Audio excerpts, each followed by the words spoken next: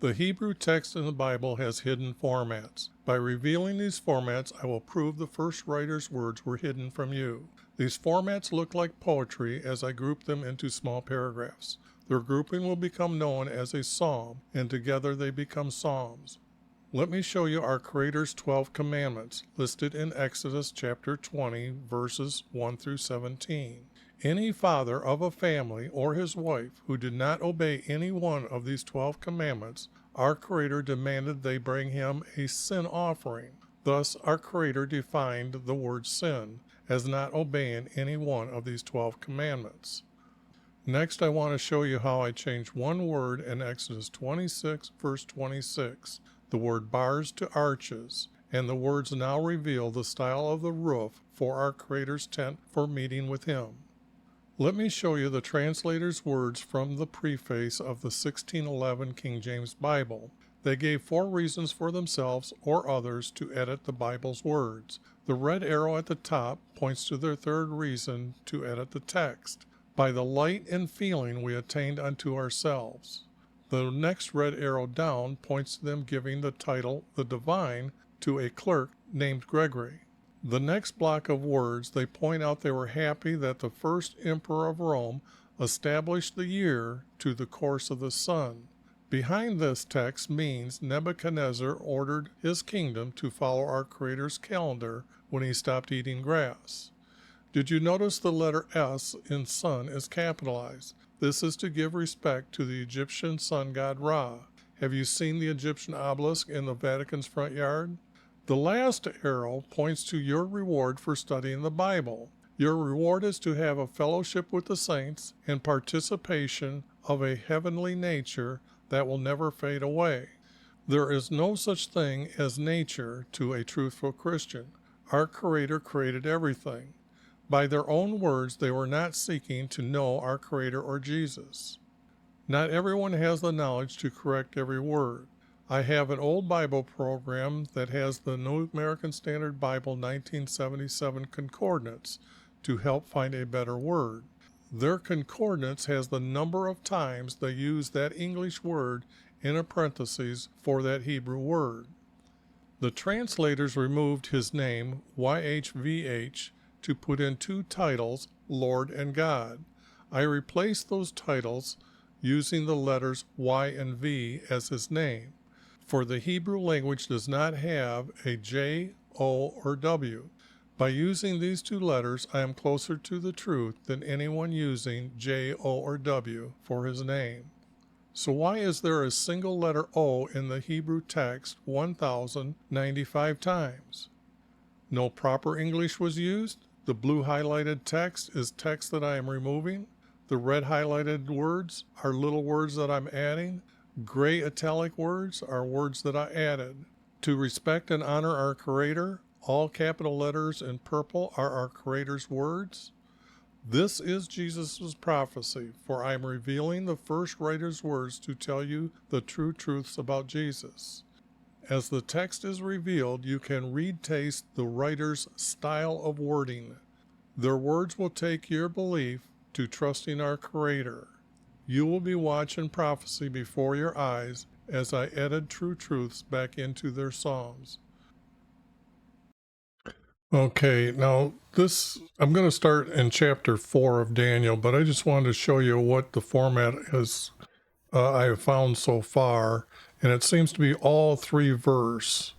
And what you're seeing here is 3 small verses that make a small paragraph, and then it repeats as part of this other paragraph. So these 2 paragraphs can actually make a larger paragraph. And so what happens is I put a double space here, and it keeps repeating. This format is like the first verse is a statement where you can put a period on it, and these 2 join together pretty much to describe what the first statement is saying. Now, what I've done here is put them into 2 columns so I can show you real quickly of the text that I've been revealed so far. Now, I've still got a few questions where the highlighted words are at, But what I do when our Creator is speaking, I honor and respect him by putting his words in all capital letters and in this color, purple. And then there was a problem that I had, that when this text was revealed here, it actually goes up here to read in order. So I have corrected that text. That's the only paragraph that I know that needed to be removed. Right now, I think I've got 3 sentences, single sentences, that I found, like the statement at the bottom, that when I moved them, they read better. But you can see there's quite a lot of work that's been done, and I know there's quite a few paragraphs to go. Now, if you notice, I've got 3 lines here. Well, that's because the text is missing, is what this is saying, to complete the format. So now the problem I get to tell you about is that I already started it, and then my software program locked up. I don't know where it locked up at, so I'm starting over. What I did was I already went down and broke all the verses I could to get them started. And then, like you can see, what I'm going to do is written above my head here. And what I do is I now try to find these, a statement and then to that group together. And the text will make itself show up as these when I get rid of words that don't actually belong, or I don't need them to say what's to be said. Sometimes they're repeating words, sometimes they're a doubling of the text, and some are just untruthful words. But you're going to hear me and understand why I'm getting rid of the text. And when I get done with the Daniel, I'll mesh it with the other books that I've already done. And that's so far just the smaller prophets. And we're going to have the story of them in Babylon, and then how they come back and build his house and establish Jerusalem again before Jesus appears. So that text, I know, is not perfect in the Bible, because like I said, I've found a lot of text that's just not truthful. Now, I've been doing this for over 30 years, but this is going to be my final time at finding the first writer's formats, like you're seeing. And then there is another hidden format, and that's our Creator's. That format actually has to have rules. You have to follow the rules. But when you follow the rules, it makes it very repeatable, which is a first in literature. Usually it's called empirical evidence in mathematics. If you follow the same rules, you end up with the same answer. So what I've had to do here is I've had to put it in first person, as if Nebuchadnezzar had wrote this. For the story, when I was breaking it down, he is talking to the people. So, or this would have been what he sent out to declare, and they took it and then they made it in their Hebrew format. So it's I, Nebuchadnezzar, your king, declare, I think I need an S on there, declares to you, to every race in my kingdom. And peoples usually does mean a race, okay, or races. Here it's just need to be race. What I'm doing is you're removing the blue highlighted words from the text. The red is what I'm adding, and you can see that I'm putting them in italics, so when it's cleaned up, you can see the words that I've added. And then if I'm changing a word from the word that's here, and this word is within the shadow of that word, I'm just saying I'm replacing it. If not, I make it all the same color and make it gray and italic. So What you see here is these fuchsia colored words. These are words that were added in 1977. As you've seen, the NSIB 1977. As you've seen in the intro, I have a concordance software program that's very unique that really proves how corrupt the text is. But what I'm trying to do here is have a history recording of what I'm changing, because when the text is done and years later people want to know, why did he use this word, why did he didn't use those words here that he's getting rid of. Well, that's what these videos are about. Now let's see, I added that, I took that word out, and then all to throughout the earth, like to everyone that lives throughout the earth. It seemed good to me. And this is where I'm kind of like wondering why are they using the word seemed. And I was going to show this, and then that's when I realized that over a half hour has to be trashed. But here, whoops, I need that mouse on my other arm of my chair. So this way, seemed. Now what you're seeing is two Hebrew words together. So they don't have it that way. Oh, seemed good. They got an error here. Usually what they do is they put the word seemed good together, and they'll tell you how many times it used. So there's an error here in their text, but that does happen quite often. So seemed good.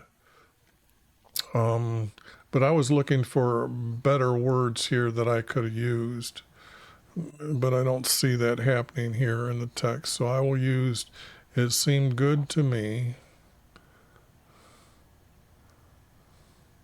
It seemed good to me.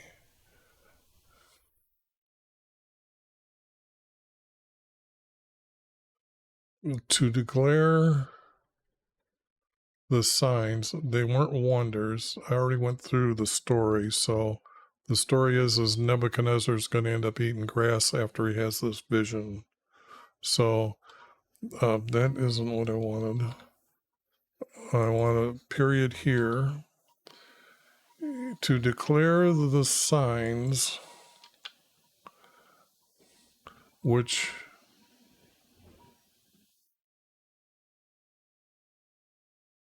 declare the meaning, declare the vision. This is actually going to be vision, because down here he's going to say, I was at ease in my house, and all of a sudden this dream came upon me. And he's going to go through it for many, many words here.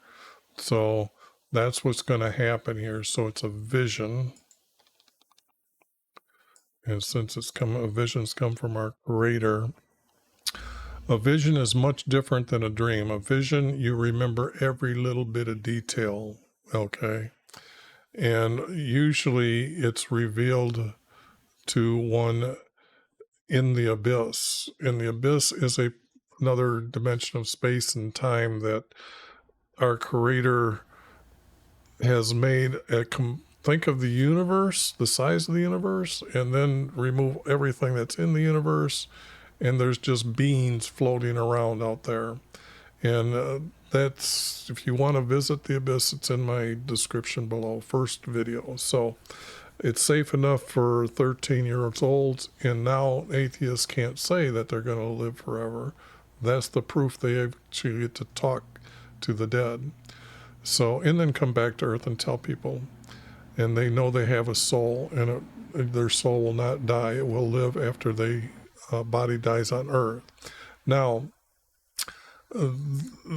he out there in this emptiness, he takes you off to a place, and then he reveals the vision to you.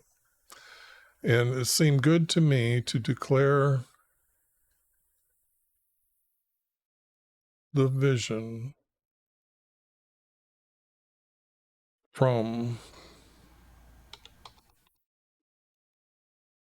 not form, from, because that's our creator and I'm adding it, getting rid of this, from, and I'm going to make it the, instead of the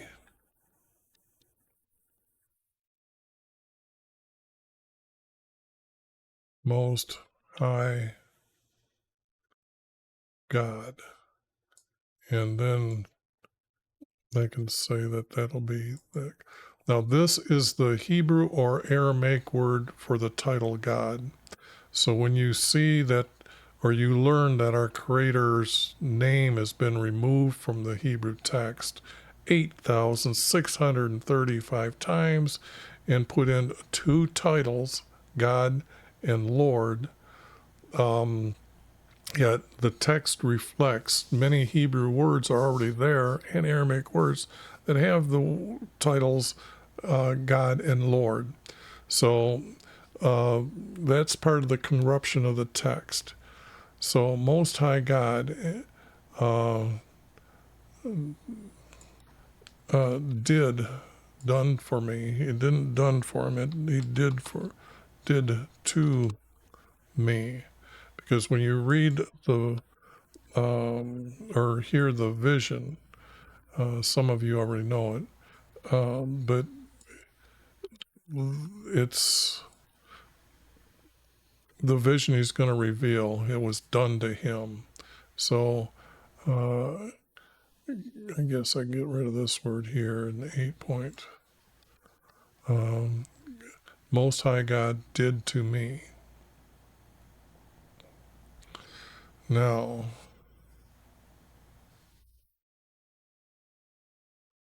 I don't think this text is needed, because if he's going to do it, he's going to start here, did to me, and then this is the text. So right now, I'm just going to highlight this text. So I've got to go back and look at it, because you've seen how beautiful the formats were. So if this is going to be two and they group together to make a larger paragraph, and this one end up being a paragraph, but it depends on how these go together below it. If I need to, I'll come back and I'll find the format in here that can, or hopefully it will fit as a second part to this. Because when I'm reading it,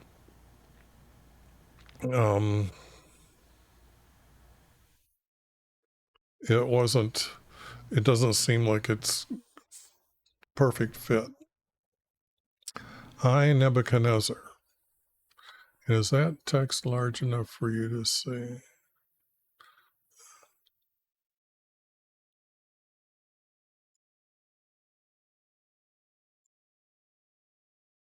I, Nebuchadnezzar, was at ease.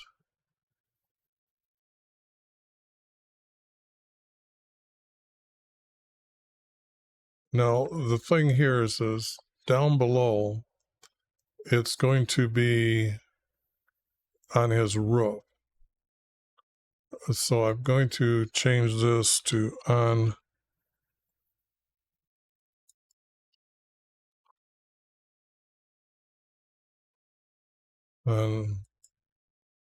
the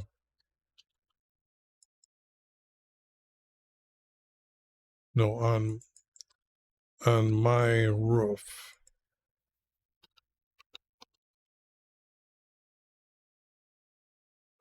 And he wasn't flourishing.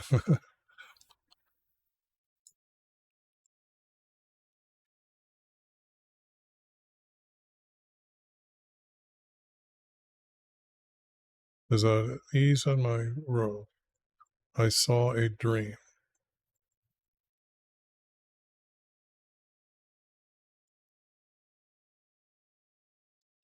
And then it doesn't make sense, because as he laid on his bed, he had a dream.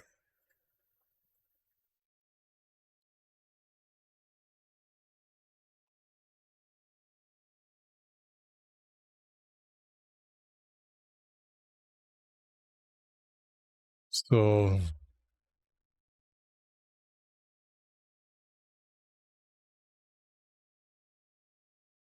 I was at ease on my roof,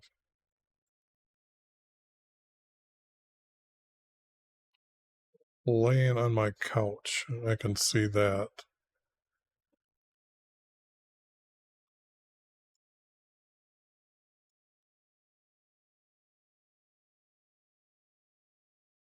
See, they've got it there, but this is not, this is just wrong. So I can't use that.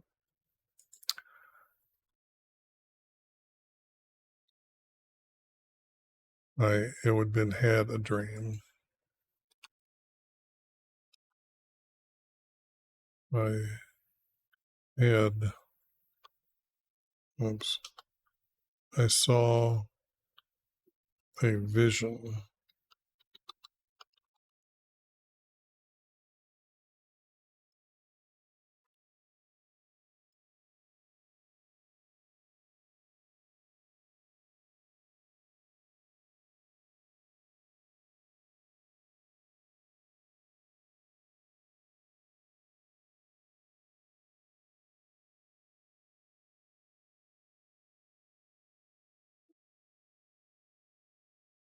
No, if he's on,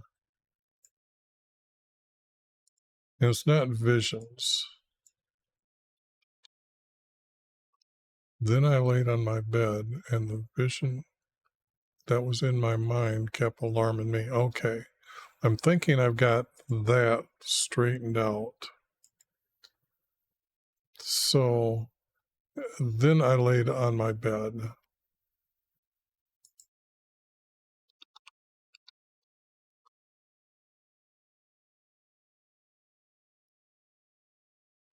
So I got to now get him to his bed.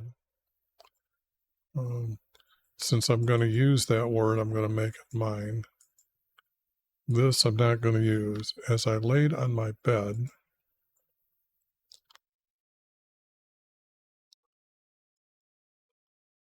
the vision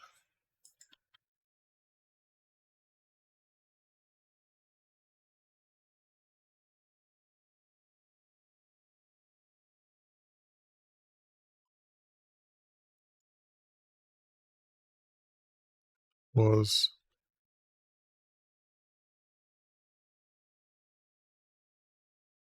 okay, if I copy that and put it before that, was in my mind. I lay in my bed, the vision was on my mind.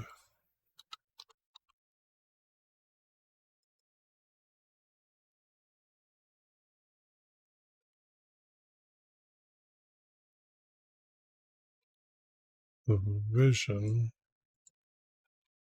was on my mind, comma, and it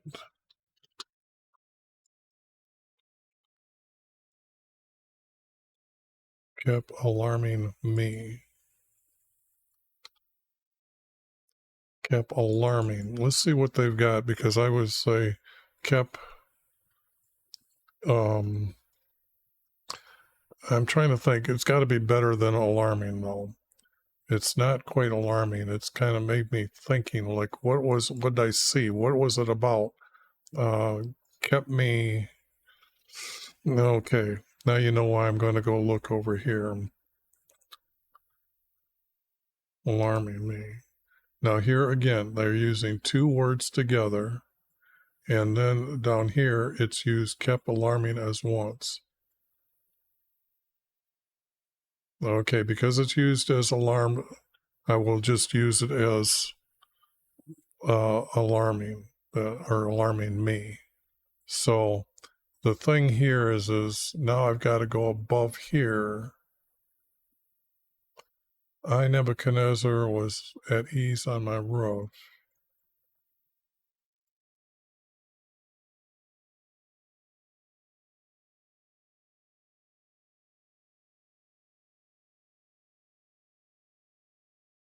And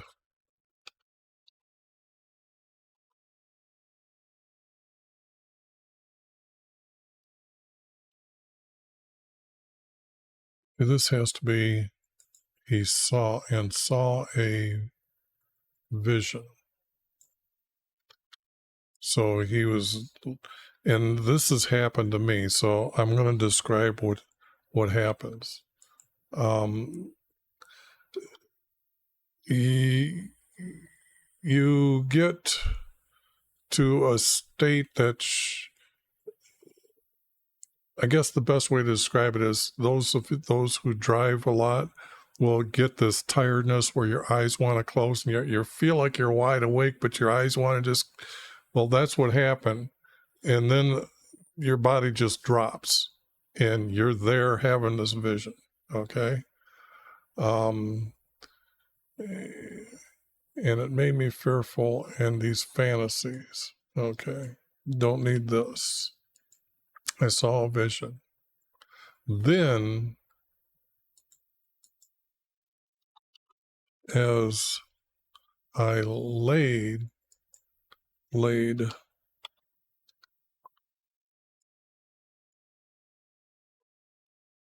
I guess I'm going to just say I added it completely. Okay. Then, as I laid on my bed, the vision was on my mind and it kept alarming me.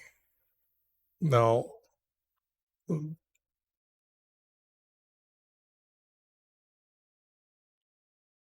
this is going to connect with it. This connected with this. These two. Okay, so I'm going to get rid of this as I don't need it. Okay, because it's too well connected. So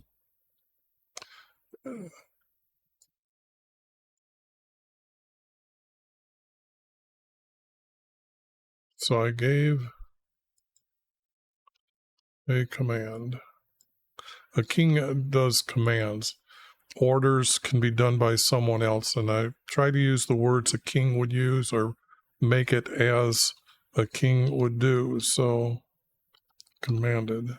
So I'm trying to stay in that. So these words mean exactly what who they're from. So that way, when somebody searches the word command in small letters, you'll get words coming from kings. So I gave a command to bring into my presence all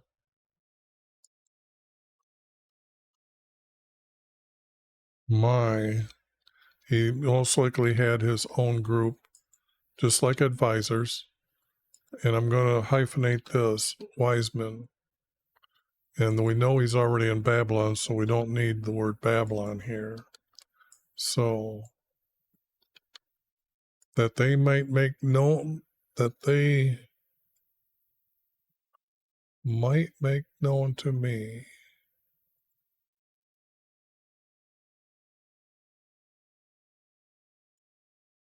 I'm going to say two, not that they might. He'd be ticked off if he didn't. Okay, so to make known to me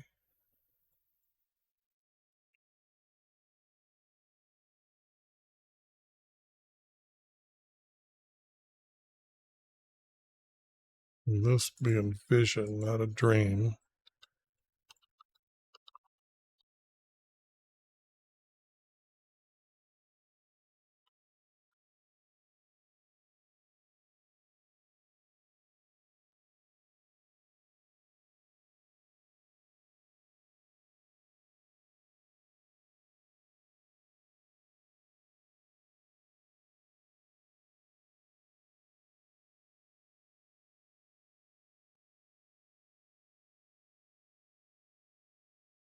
Now there's a verse here missing.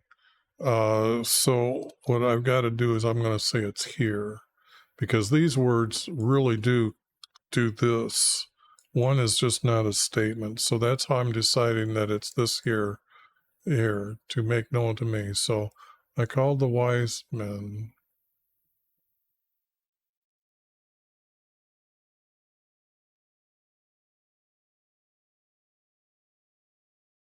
about my vision.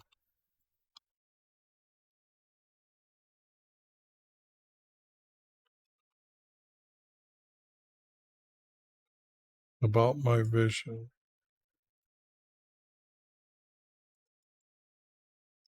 For them to make it known to me.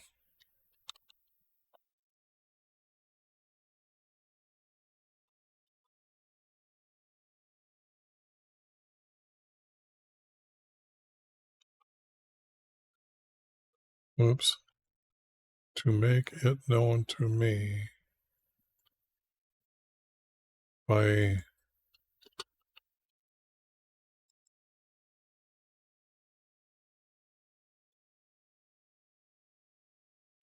interpreting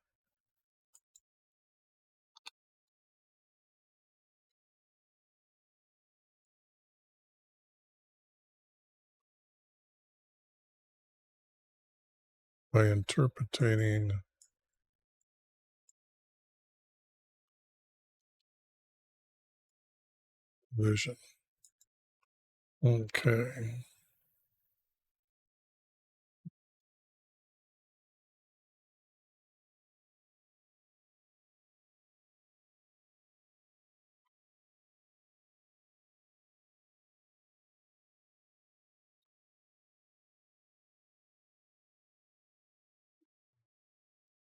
Now, magicians don't actually, they're chemists that do trickery of sleight of hand. So they wouldn't be something. But a conjurer is one who is supposed to talk to the dead.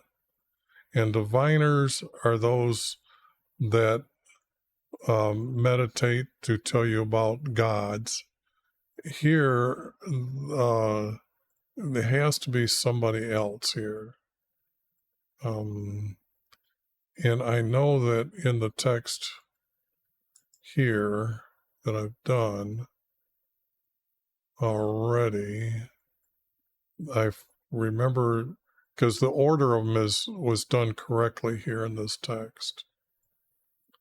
So where is it?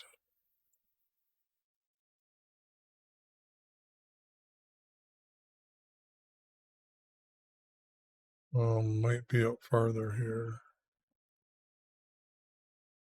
Has to be up farther. It wasn't in that group. I didn't see it.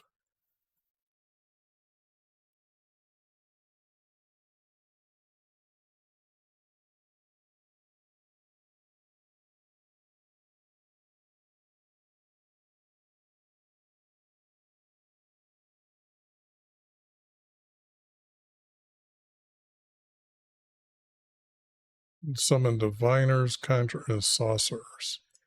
That's what it was.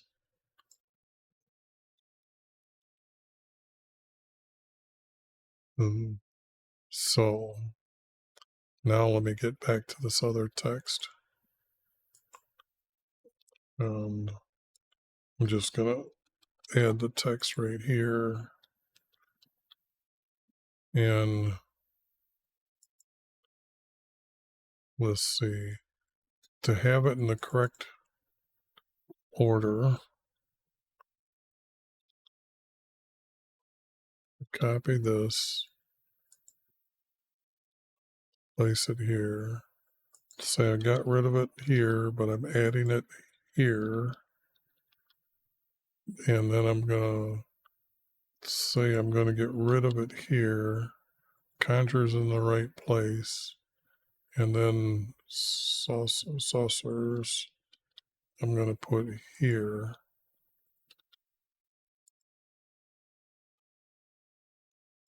And okay, now I've got the correct order of who's supposed to be the smartest. Okay. Then the diviners, conjurers, and sorcerers came in.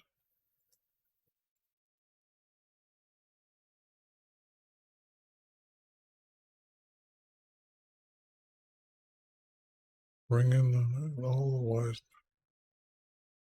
about my vision. them to make it. It's almost like it's being repeated here.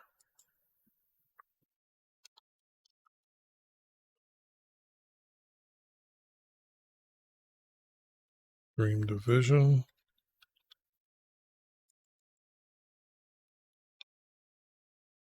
And I told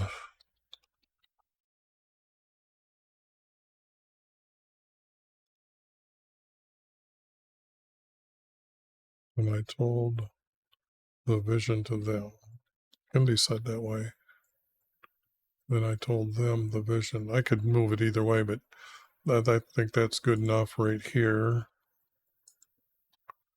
Now, but they could not make.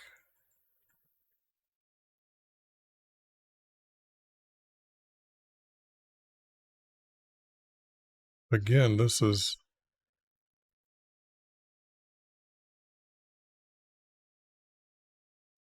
almost again like this, and there's a verse missing.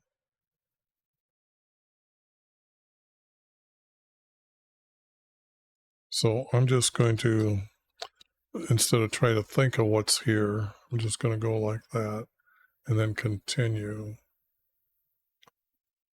But I don't need the word but. Finally, Daniel came in before me, and we don't need this. He just called him Daniel. He wouldn't restate his name is different if he said it here. Came in before me.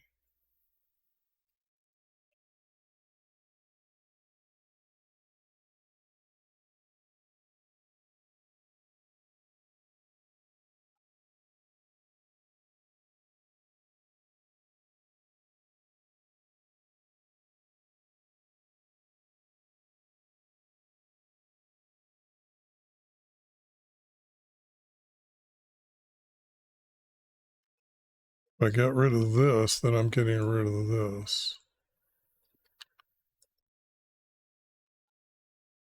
In whom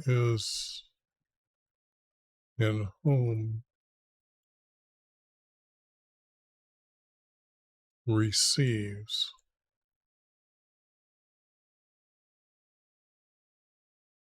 The word spirit has got to be words. And actually, when you do the correct searches on the word spirit, Jesus defines what is Holy Spirit by saying it's his words that he's going to give to a person, or that person is going to speak a prophecy, which, example, Zacharias was filled with the Holy Spirit and talked about John's future, which he would not have known. So it's his words. That's what Holy Spirit means. So a lot of times the word spirit does mean his words. Whom receives. I gotta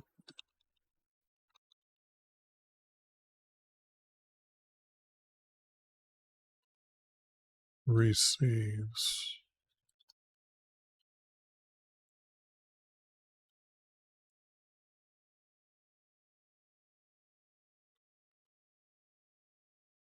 And whom receives.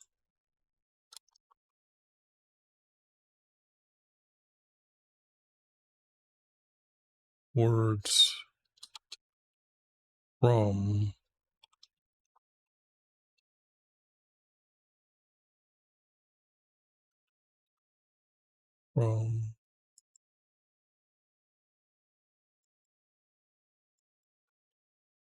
I'm going to put his name Wyving.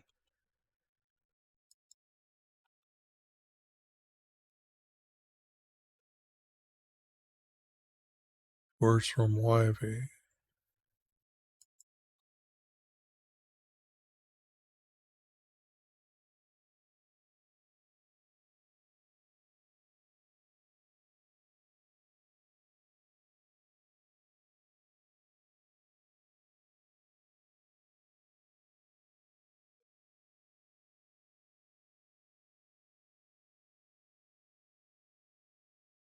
That's almost like a 4 verse.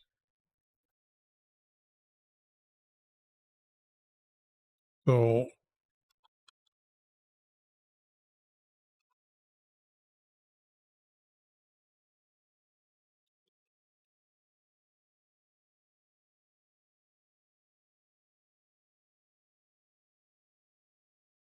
Daniel came in. Doesn't need to be before him. We know what the story is going to happen. Daniel came in, and whom receives words from YV. I could have put his God, but I don't want to.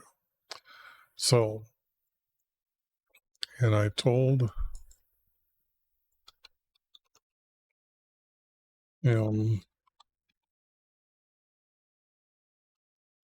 my vision. So this is added, this is added, this is changed, this.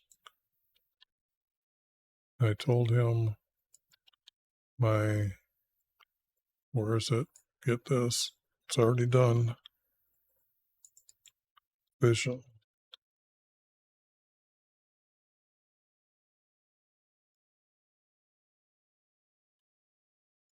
I'm going to put a period.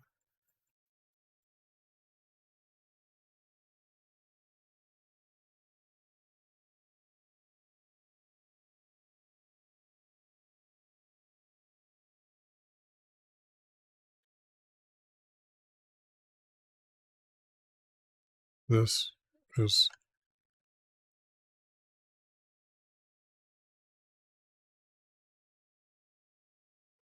I told him my vision.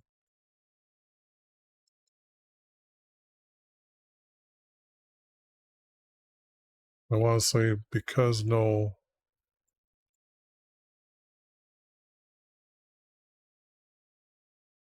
I told him my vision for him to tell me my vision along with its interpretation. This here that I'm taking down right here, he's already said, he told him here. This needs to come up here that's going to connect with this. I don't need this. And told him my visions for him to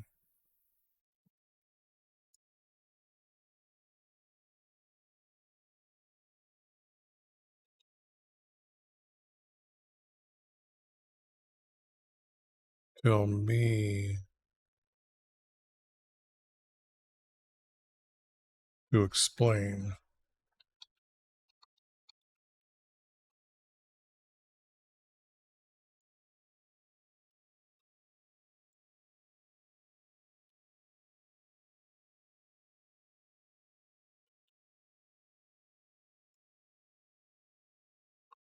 Whoops, that is, I wanted to get rid of that.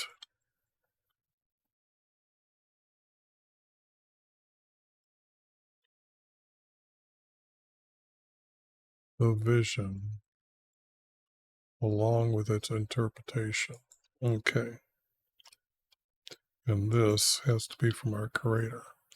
Okay, now that's digging it out. That's what I call digging it out, but it matches. And now watch the story. It's going to continue. He's going to tell him what his vision is now.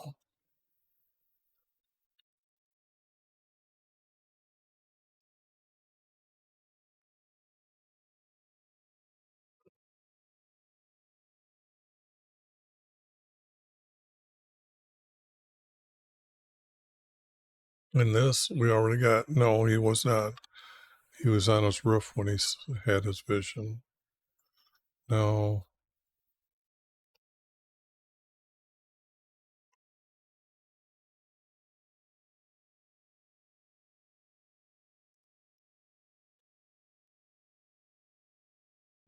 my vision.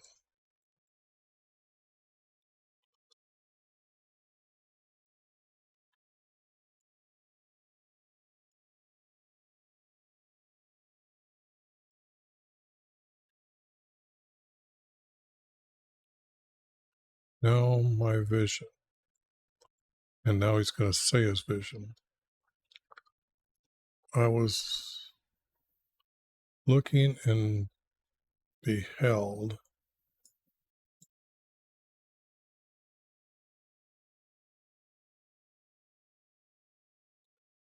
as I was looking, I beheld as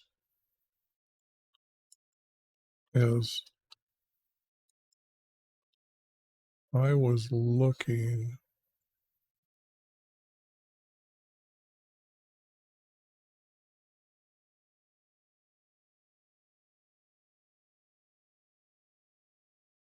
as I was looking, appeared.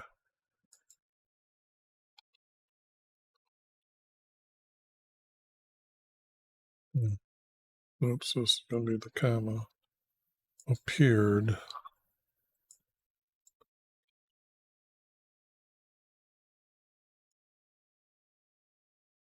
a tree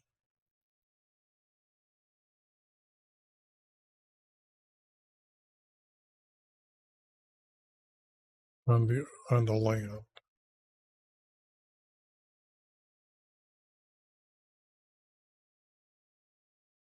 Appeared a tree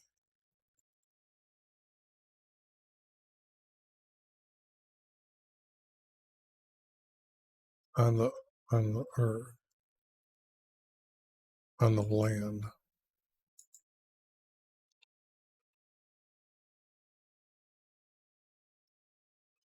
Okay.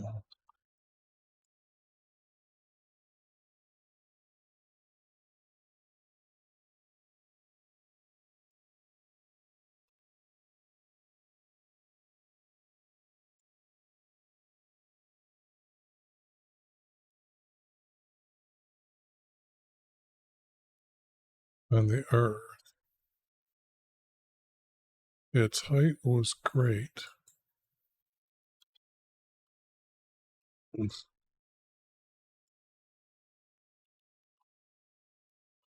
but the tree, I'll get rid of this the and say I added it here. But the tree grew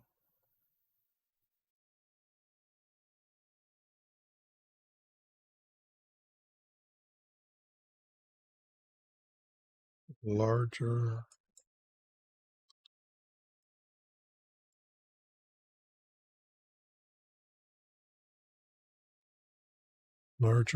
and what? Larger and I would say fuller. Uh,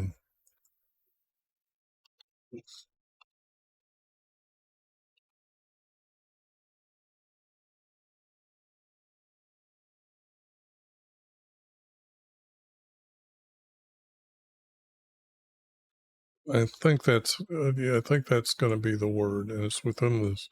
I'm trying to imagine the tree growing, okay, and it would become fuller because down here we're going to have how much food that's going to be on the tree for the beast. The food was abundant, so it had to be. This has to be not stronger but fuller.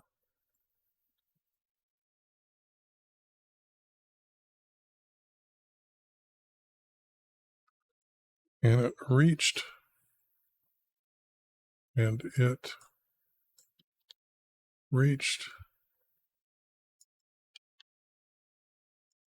the clouds.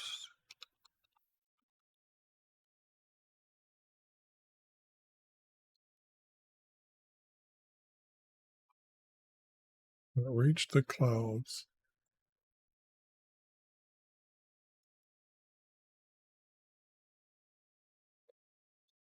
to be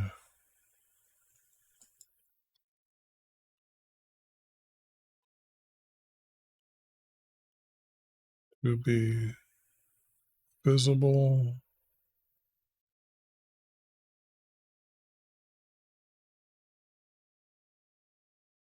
to has to be everyone.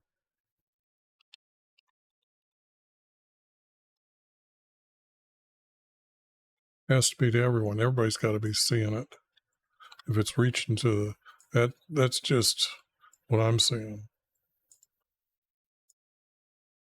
Because to the end of the whole earth, the earth is round. So to be visible to everyone.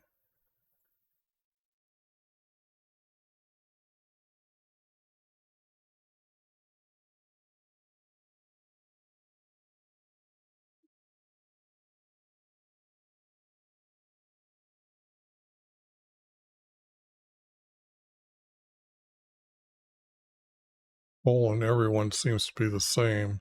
So earth, it can't be the earth. It's got to be kingdom. Let's correct the little ones that I can do here first. To everyone living in my kingdom. Say that, living in my kingdom.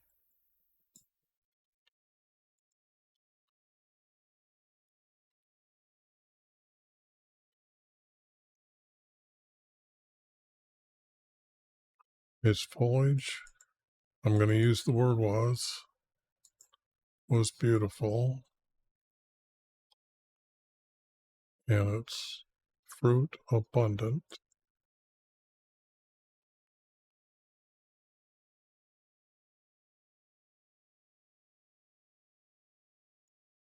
And it was food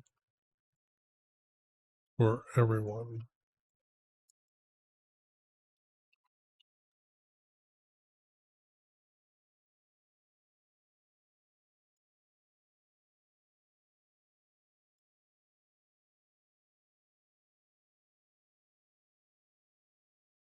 And its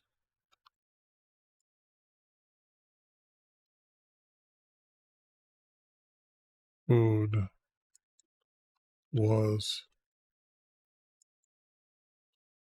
for everyone.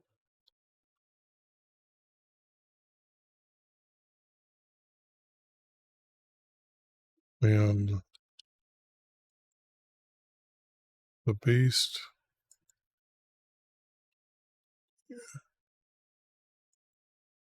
in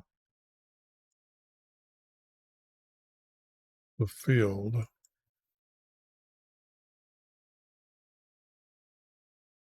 should be S. Yeah, because they wouldn't all bend together. The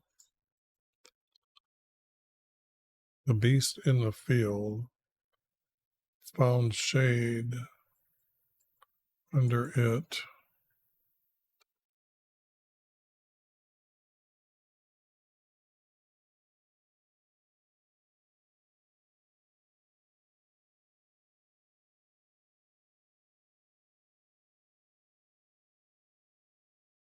Oh, I'm not getting this. That's almost like this is separate. So let me separate it. And the birds in heaven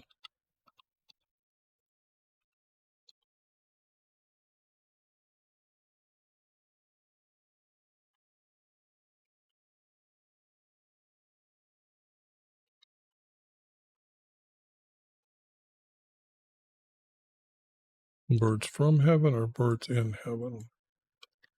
And the birds in heaven dwelt is to live. Dwelt is past tense, I think, or has a meaning to that. Oh, nested.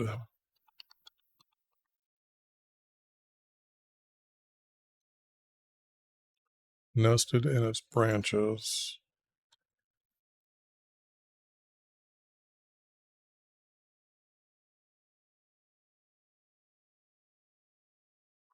But that seems to be again 2 verse.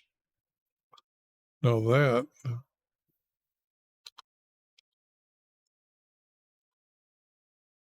This became the first 4 verse in this format. But that's how they appear. I just never know when they're going to.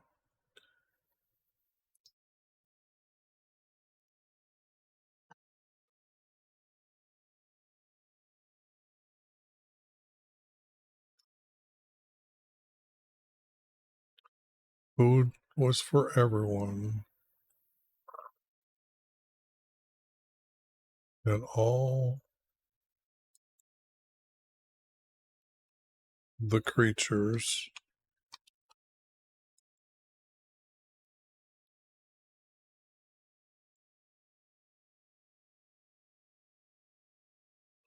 fed themselves from it. So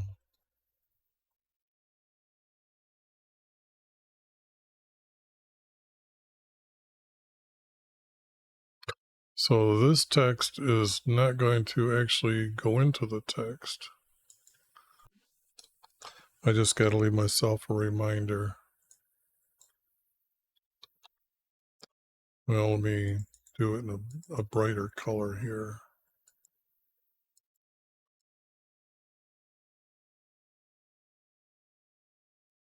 So that might not be part of the vision, definitely, because that's a 4 verse. This is missing 2 verses here.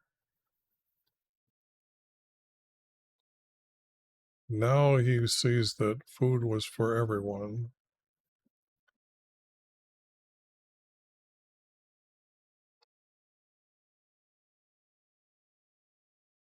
As I kept looking,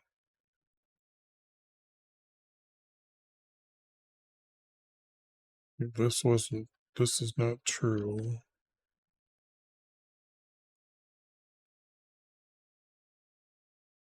This has to be as.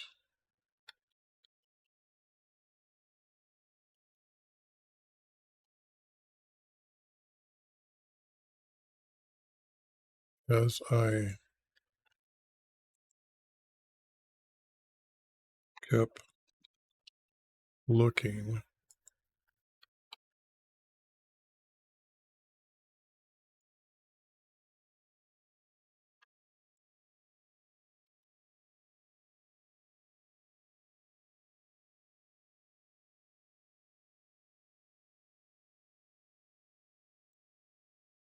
behold, an angel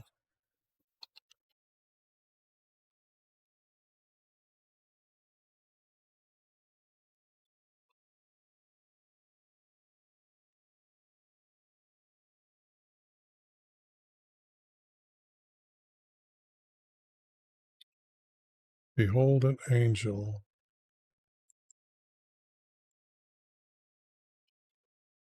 descended from heaven.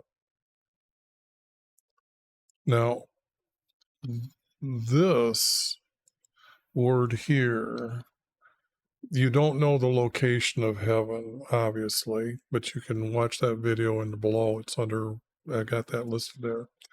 The only Bible that I know of that everyone buys is the New American Standard Bible.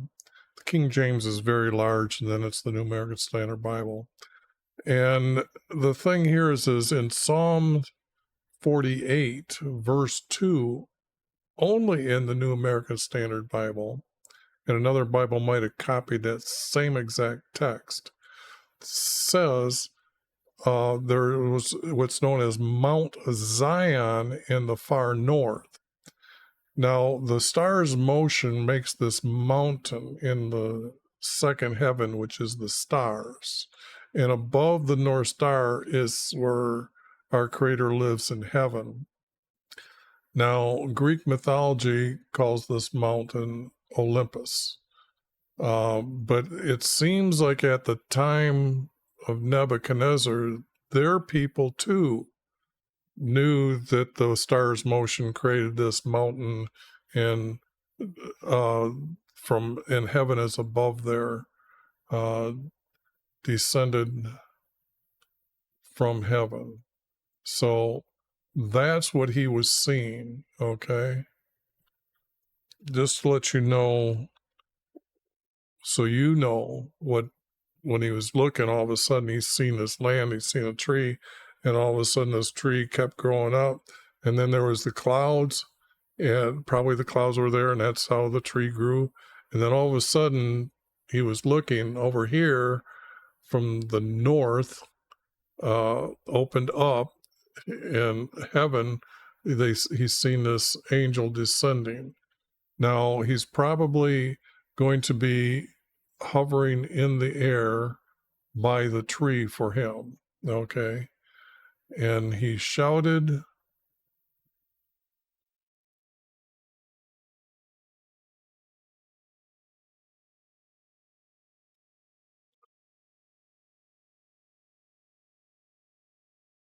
and I don't need to say as it follows. So he shouted,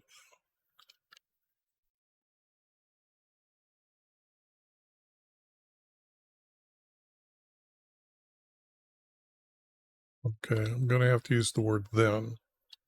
Then,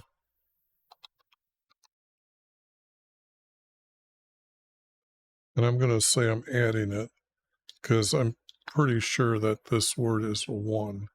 He shouted out is like this. He shouted out, chop down.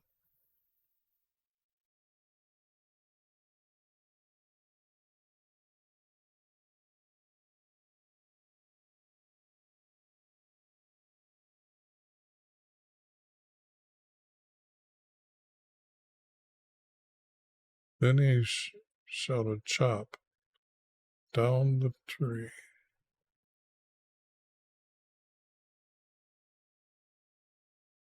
Then he shouted, fall the tree. That's the same thing as chop down, is to fall. Fall the tree.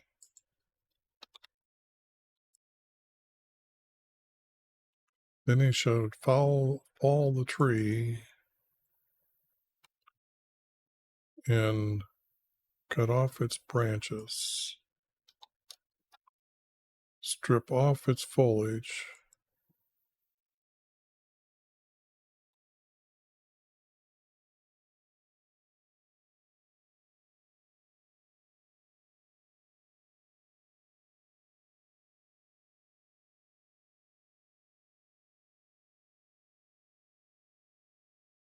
This is not part of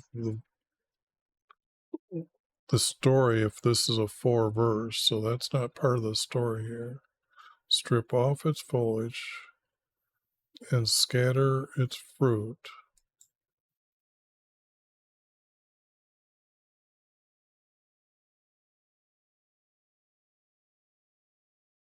And the people around it, because everyone here was for everyone, for everyone. So I'm going to use that is what's next. Scatter its fruit.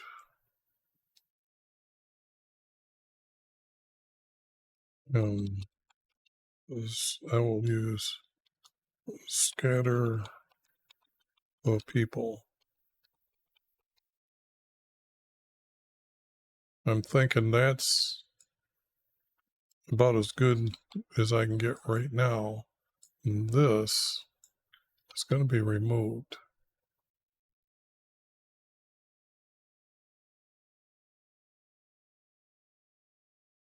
Leave the stump with its roots in the ground.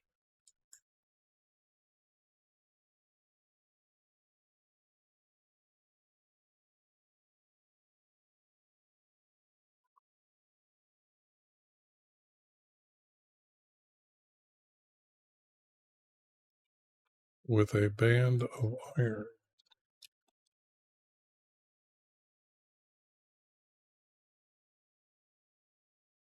And we don't need this. The band describes that that's what's going to be around it. So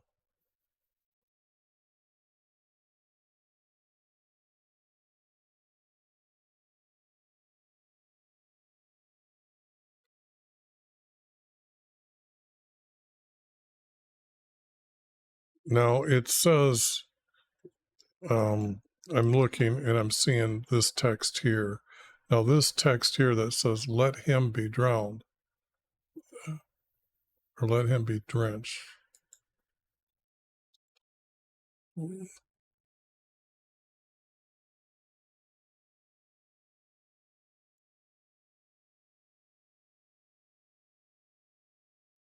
And I'm seeing that has to go with this verse here. So let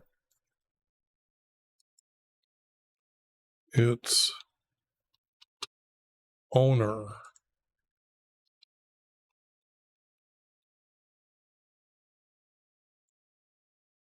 no, that's within the shadow of the word, but I gotta say I added that. And let its owner be drenched. So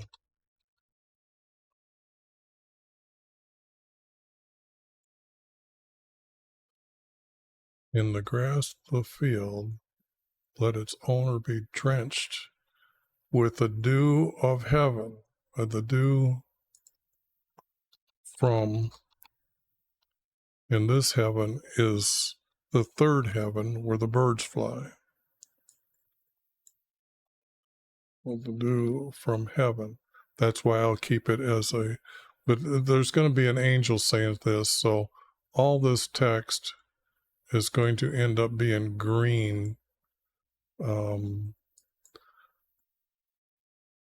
because our Creator said it, what I'm going to do is I'm going to do this, and then because the angel is saying it, it'll be like this, to note that first our Creator's saying this, but it's who's saying this is very important. So, green.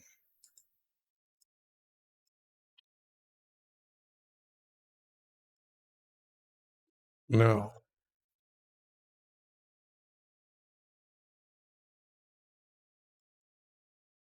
let its owner be drenched with the dew. Okay, this is cool. That's cool. It came out pretty good. Okay.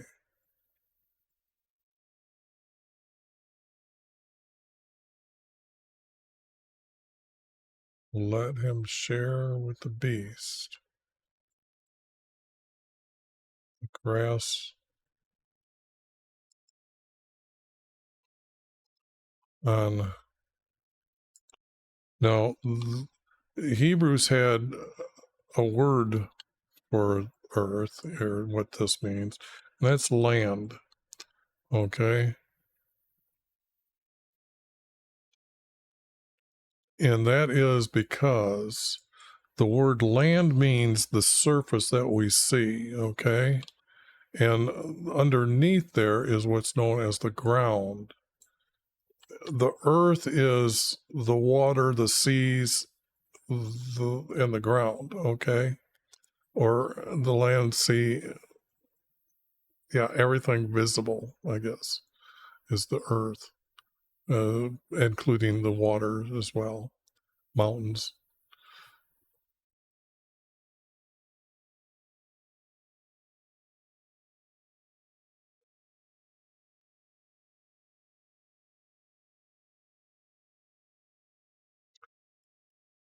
Now, see, this is a statement right here. Like, if I try to put this here, it's more or less that I'm going to need to say, no, this needs to be said, move up 2 verses.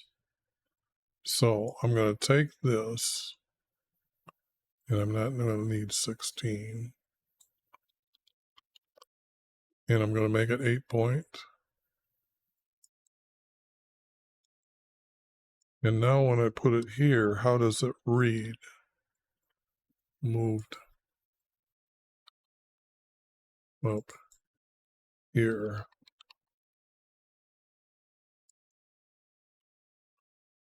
Let his mind be changed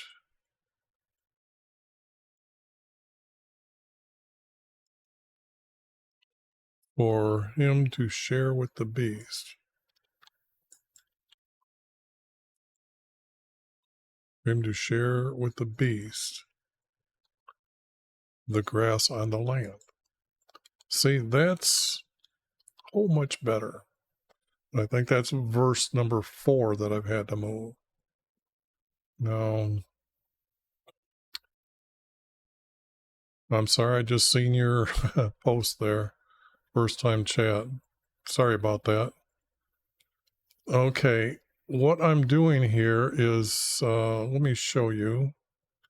I'm looking for the first writer's formats. And this is what I found starting with Daniel. And what you see here, let me blow it up so you can see.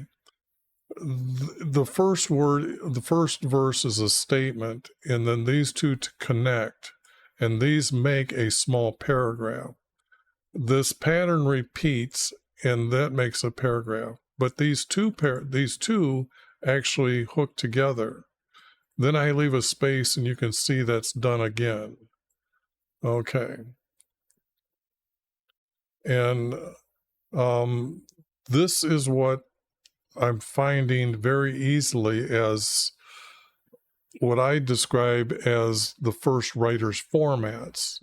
And you've seen me removing all their text here as, let me show you here. Let me bring it down a little bit. And you can see how much I'm removing of their text. But just like this, look how much I removed, and yet I got 3 verses in a row, and then the story keeps continuing. And what's unique about this is that all the verses so far are actually in order. Now, I've done Psalms, and I post everything on YouTube, my YouTube channel. That should be listed in the description. Well, I guess the website, you can go to the website, and the website will take you to YouTube. But what I'm having a trouble is streaming on YouTube, so I'm here on Twitch, and I'm trying to do this live. It's a little bit more in depth of the knowledge that I have, that I'm correcting the text and explaining why I'm removing the words. If you actually take the first 9 Psalms and put them into a word processor and you look for them, they're very easy to find, and you'll be throwing out words. And the more you know about our Creator, you'll be fixing the words to be truthful.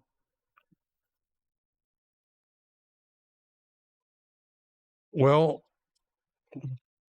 actually, this is Jesus's prophecy. And it's happening in your days. Our Creator made me see him 8 times. And for people to say, what did I just say? Well, here's what he's given me to do. In the description below, no, this is not YouTube. In YouTube's description, and what I'll do is I'll put my name here. And if you write it down, you can find me on YouTube, my channel. And what you'll see is in that description a video that says proof of afterlife. Any male 13 years or older can do this 3 times. And what happens is that the REM state that you're usually in, that you only remember glimpses of, you will now be able to have this repeatable path that you're going to witness everything and remember everything. And you will know that you're in the abyss. You have a soul that you're going to live forever.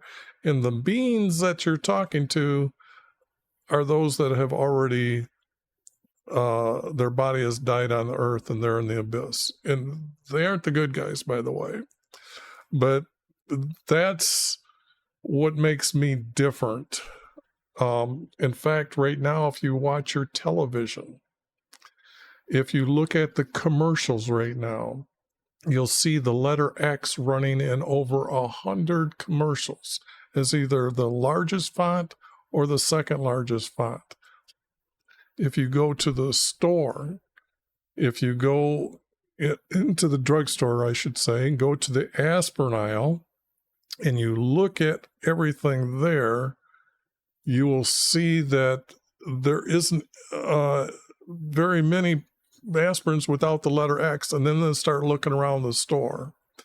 This has been happening since 1995, and right now I know this is spread around the world. Those that are editing the Bible, let me show you something to show you that they are really atheists that are editing the Bible. They talk about reasons why they can edit the text, and the third is by the light and feeling we attained unto ourselves. They mention and write, Gregory is the divine with a capital D. They were happy that the first Roman emperor corrected the calendar and the order according to the course of the sun, and they give a capital S on the word sun. That's the sun god Ra, okay? And his daughter is the moon goddess.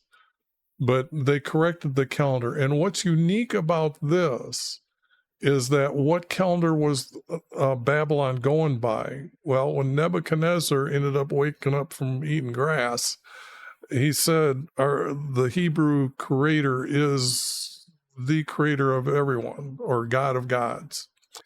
And he changed the calendar to according to our creator. And the last king for Babylon returned the people to, or the captives back to Jerusalem to rebuild his house.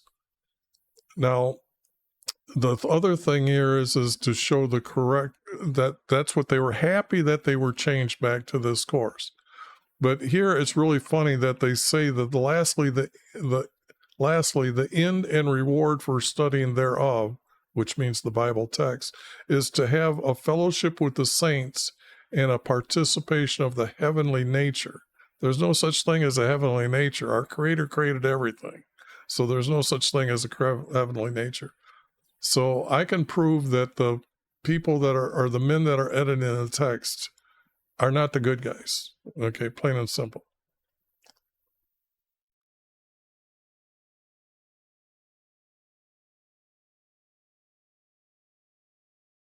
Well, what I'm saying here, or what I'm answering your last question here, it's actually cleaning up what is wrong with the text and trying to make sense of the words that are being said. As you've seen it, I'll go through here. The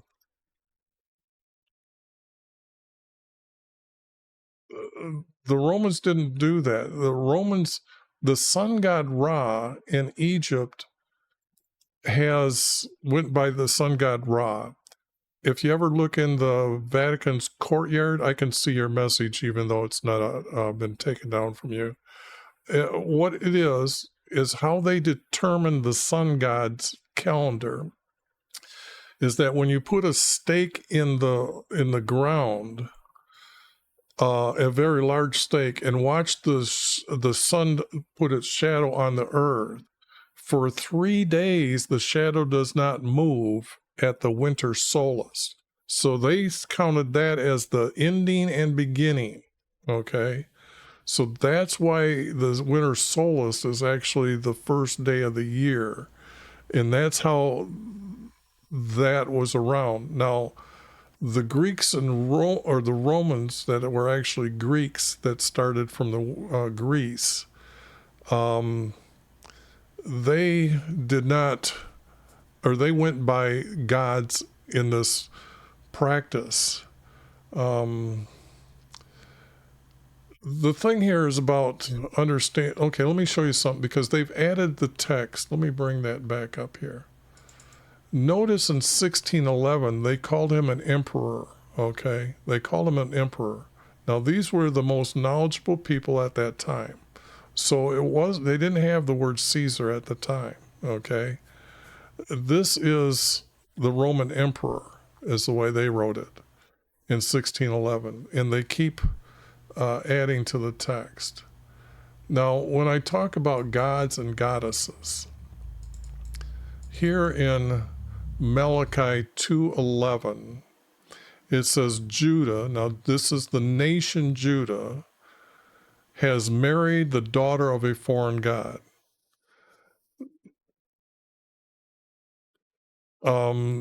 Yes, but if you know that they all call them Caesars, if you study who's Caesar, next Caesar, and things like that.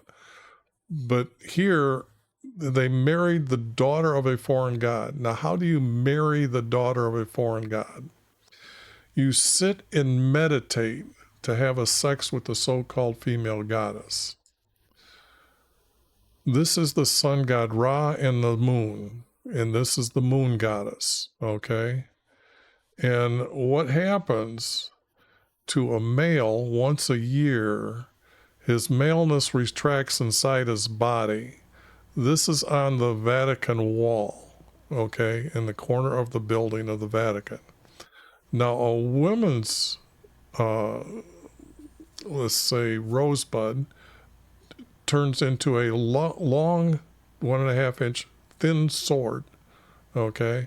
But this is her symbol of her changing. And what you look at, if you look at an owl's sex, that's why they compare it to what it looks like for a woman. But this has been around for a long time.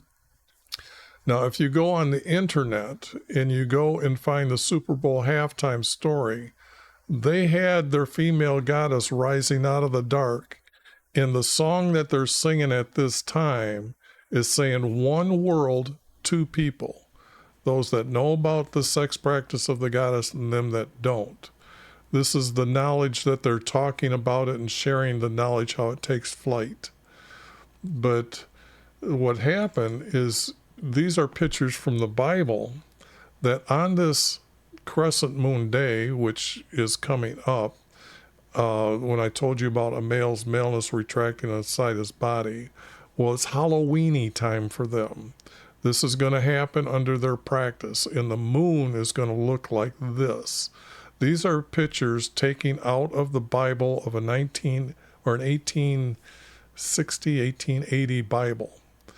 But they put it into the Bible, so you know that they're trying to say the angels will rescue you. But they also have pictures of they're changing Mary into the goddess, okay? So, and this is supposed to be the Ark of the Covenant, which is actually just a chest and the angels around it. So they're trying to make Mary this goddess, okay? I know I threw a lot at you, but the text does refer to them marrying the daughter of a foreign god, which is the moon goddess. Jeremiah is arguing with them about this queen of heaven. I know I think, Psalms. Let me bring up what's on my desktop here and show you some stupid things stupid things about our Creator. How his eyelids test the sons of men. He says, open your belly, I will fill it for you. Out of his mouth comes, or out of his nose comes fire, or smoke comes out of his nose, fire out of his mouth. He rode on a cherubim and flew on the wings of the wind. And the secret of YV, how do you have a secret of our Creator? And then it says stupid things like this: the voice of YV is powerful, breaks the cedars, makes Lebanon skip. These type of things. But when it gets down to here, you get to taste and see that the Lord is good. Open your mouth wide and I will fill it. Here's what I was getting for. The Lord God is a son. This is in the New American Standard Bible. The Lord God is the sun. Now that's the sun God. Now when you understand that, he is cloaking yourself with the light as a cloak. You're covering yourself. So God is inside their sun. To understand how people thought of back then, that's what you're seeing in the text that I'm revealing. Now, when I say Lord God is a son, I went and grabbed all the Bibles that are on BibleHub.com and went through here. International is a son, is our son, is a son.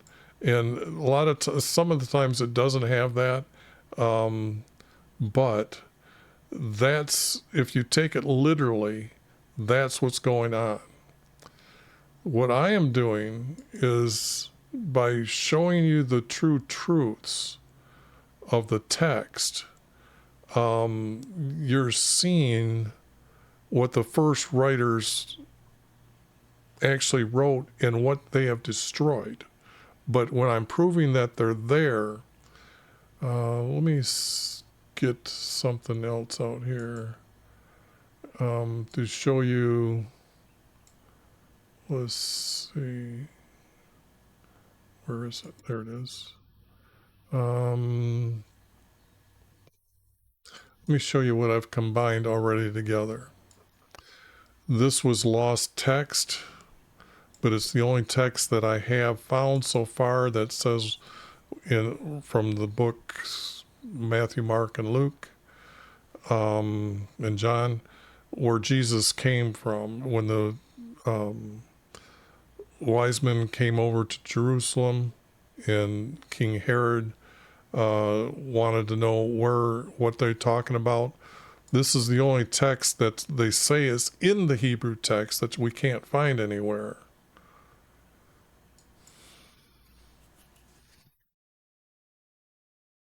Yeah, I know. You're actually one of the first ones here on Twitch in probably 3 months I've been here that has texted this long with me.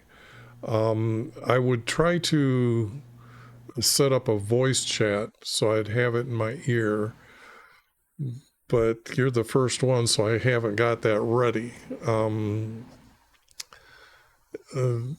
Because, let's see, I know I have Skype, but I don't really have that set up. But I don't know if I clicked on Skype and opened it up, I could give you the address. If you wanted to do that, we could probably set up a time to talk if you wanted to do that, and that way it'd be easier to understand. Okay, all right, real good. Well, that's good that you're curious of what's here, because what I'm finding is text from a king, and this king is being told what's going on, and this comes from Micah now, the prophet Micah, and this is the words of our Creator talking about words about coming back to Jerusalem. But down here, and most prophets have words about Jesus, and the words for Jesus I put in red text. They actually had a name for Jesus called Yah, and I can show you that by bringing up. They were to wait for Jesus, and if you remove the title Lord and go to the Hebrew text, you'll find this word right here, and I'll show you that in a minute. But this is King Hezekiah, and this is the king that when Assyria come down and finish taking the rest of the kingdom of Israel into captivity. This king is writing, and he says, I will not see Yah in the land of the living. Now, you know they were supposed to wait for Jesus to come because he's going to become the king forever for them. And if I go to this Psalm, wrong Psalm, Psalm 149, And we find his name Yah here and put it in here. Praise Yah, sing to YV a new song, and pray in his praise in the congregation as to his righteous ones. Rejoice in their king and praise his name. Well, praise who? Praise Yah. Now we come down to the New American Standard Concordance, which tells us how many times they used each title for the name here. But let's just correct this and say the name of the king from Israel, okay? Because these two titles, they're actually trying to put with the letters YHVH, and used it 6,825 times. They put in these titles. So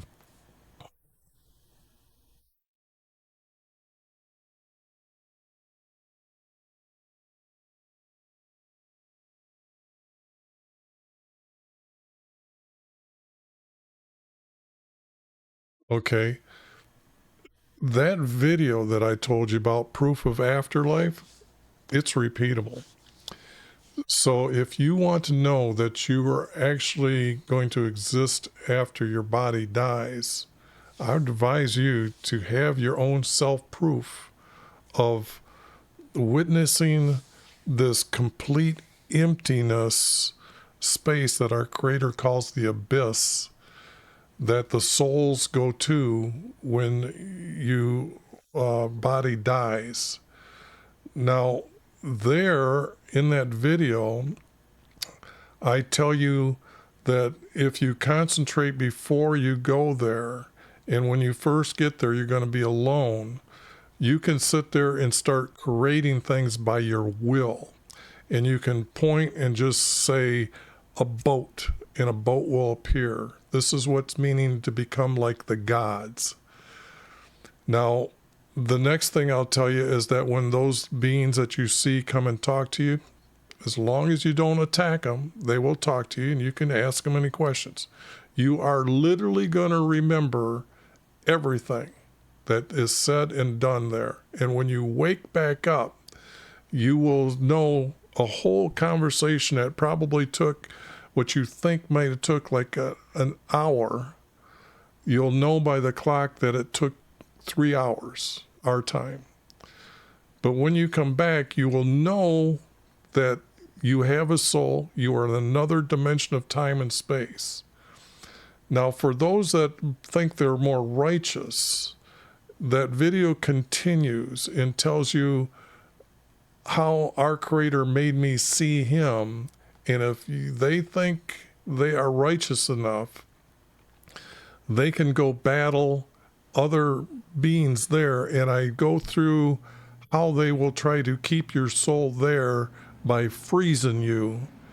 And that way, those on earth can actually record your body, that if you're being attacked, your temperature will drop and they'll know you're in battle. But all of a sudden, if our Creator wants to redeem you, you will look up and you will see our Creator as a being of light, a round circular light. And then you'll open up your eyes. So that is, well, if you don't care there's much afterlife, then I guess you're not, I don't care if, well, I guess I don't know now, because if you're not worried of how you live, then I don't understand why you should even act decent towards other people. You should have no comprehension of or feeling about killing or anything, or having sex with animals. As far as that goes, you don't care about anything, because if you think you have a moral, or there's such thing as morals, well, what dictates morals is the higher way of life. Well, Friendship is based on being truthful to each other. If you don't share the truth, then you really don't have true friends. Example, where does truth come from then to have this understanding of friendship?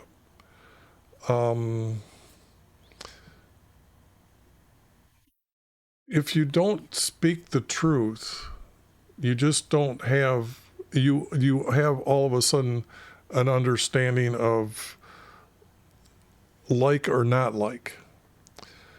One thing I try to tell people is, if you really listen to two people arguing at the, just having at it as an argument, listen to the words that they're using. The words that they use are the absolute truth that they know. So when they say, God damn you, they're saying that they believe that there is a creator who is going to damn them. But the words that they're saying and how they're saying them, the order that they're saying them, comes from their innermost thoughts, that they aren't trying to disguise them, aren't trying to cover them up. And when you listen to that argument and realize how much truth is coming out of them, you're going to laugh. It's something that I tell people to watch when people are arguing. They look at me like, yeah, that's, I guess I've talked to that guy. I know that's exactly how he believes, but to say it so plainly and so loudly and so forcefully, that's what's funny. Even an atheist will say, God damn you. And that's the funny thing when you hear them say that, because they are trying to put their most truthful words and trying to impress upon the other that their words are to be obeyed and listened to. But that you can observe. But I really hope you go and, because if you actually want to call out for Satan in the abyss and know there's another dimension of time and space, it only takes once to get there. And actually, the letter X I was telling you about, it's now around the world. It's in your television shows. It's before you and you don't see it. When I contacted these guys that meditate and have sex with a female goddess in 1995, we played a game of who knows more about their goddess. And when I won, and you got to remember, 1995, there's probably less than 11 million web pages out there. And I'm talking to the guys that got PhDs, all kinds of degrees behind their name, because you have to understand, they were the ones writing and inventing the internet. And to find them in a conversation, and then to them wanting to kick me out, but then I told them, look, we're on a Buddhist board, we play by Buddhist rules. And when it took 3 days for me to win that, everything they were asking me, I explained to them. Example, if I would write something like, ha ha, explain those two words to me, and nobody would answer me.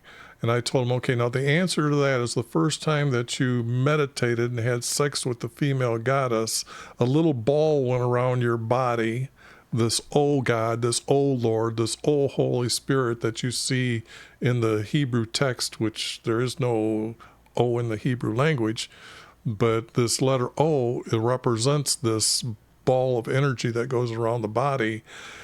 I said, the first time you were done, you said, ha ha. This kind of information they didn't know or was hidden from them. So that's what, in Buddhism, the one who knows the most, you're the leader. Now, what happened was, when I told them, I says, now do what I'm telling you to do in that video of afterlife, but battle them and die in the temperature, watch the body die. You get all these symbols to know what's going on with that person in case he dies.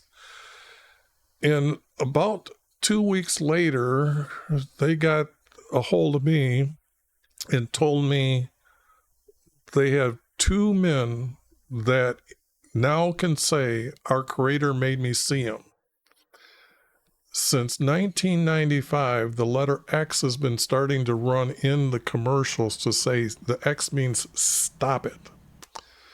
Now, to stop their practice is this retraction to become, when their maleness retracts inside their body, they become mankind.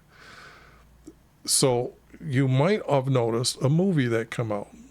X-Men are now helping humans, and you know they're all kinds of weird guys. Well, when you start understanding how many of those weird guys are out there, and then you realize that they're in places around the world in the industries, all these industries.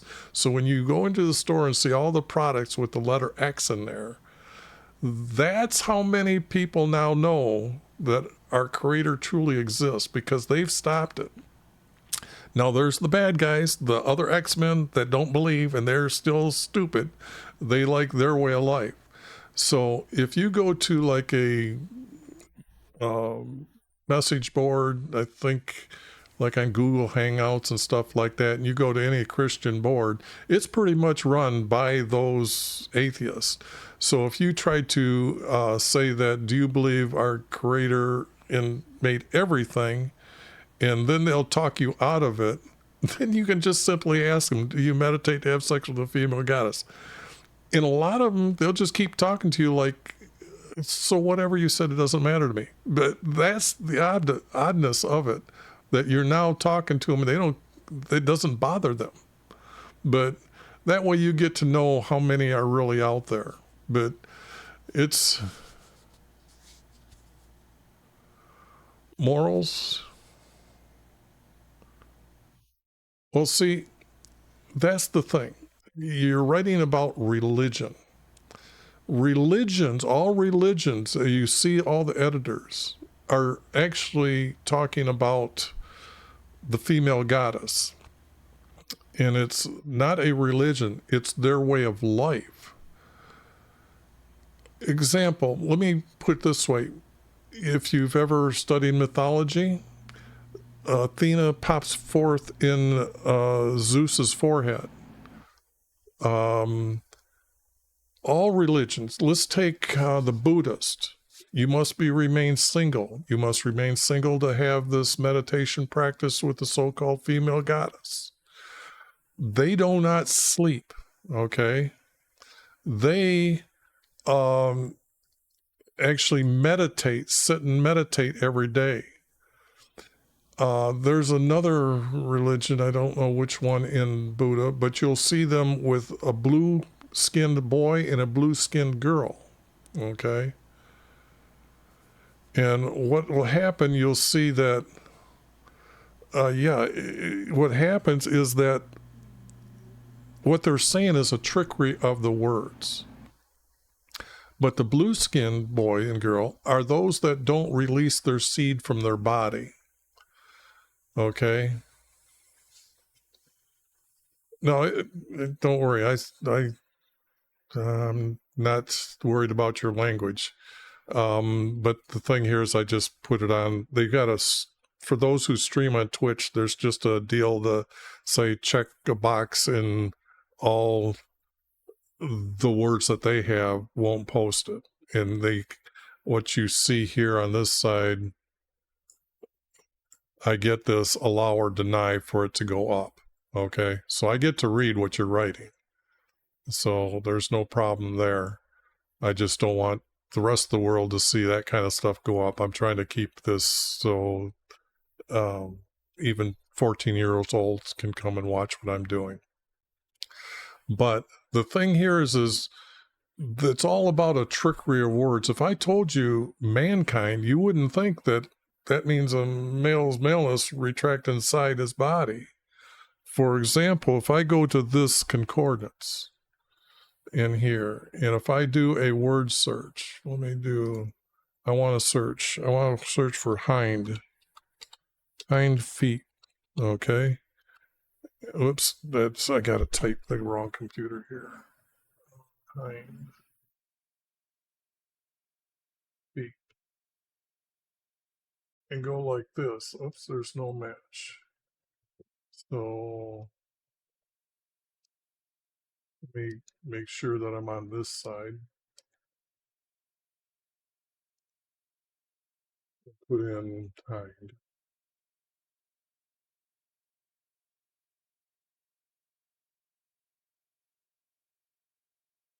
Okay, maybe it's hinds. Whoops. Close.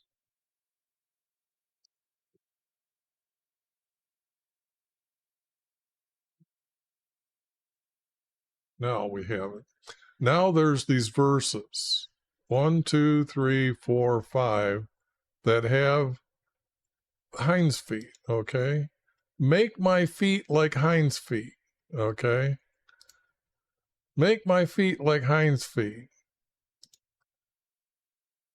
Like by the gazelles or by the hinds in the field. Okay.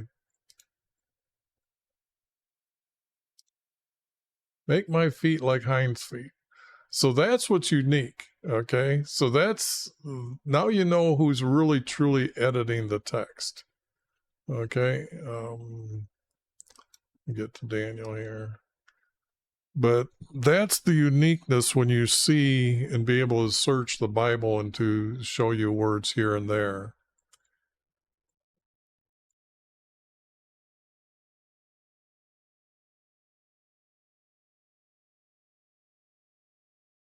Yes, I get your point that you're not worried about an afterlife, but I got to tell you something. It's going to happen. You have no choice. Our Creator is a being who lives forever. He created beings, and what you're seeing on earth is he's given you this will of freedom of your will to get the choices that he's given you in your head. Think of an AI that's been around for trillions of years. He is in control of everything, and he's given you these thoughts. And if you take the lower of the two thoughts that he's given you, you go towards evilness. But the thing here is the choices we're going to hear, he's telling us that this is the last step, and he's not just doing it here, he's doing it throughout the universe. There are more beings that he created over the trillions of years, and it looks like, what I can tell from the text, that when man stops existing on earth, he's going to separate those beings into what's known as a hell, whether it's fire or not. But what it means is separating those that do not want to obey him or believe he exists there. And that's going to be forever. So I know you don't care about the afterlife, but you're going to have no choice when you die. Now, example, like I've told others, that if you die and you now know what I've said is true when you're there, remember, you can still be obedient to our Creator, because when Jesus comes, and that's going to be the end of man on earth, then everybody that's in the abyss that has realized that I made a mistake, it's then, if you've been good down there, you end up going to heaven. So you do have what I'm pretty sure is the next step when you actually find out that you did exist after you died. I'm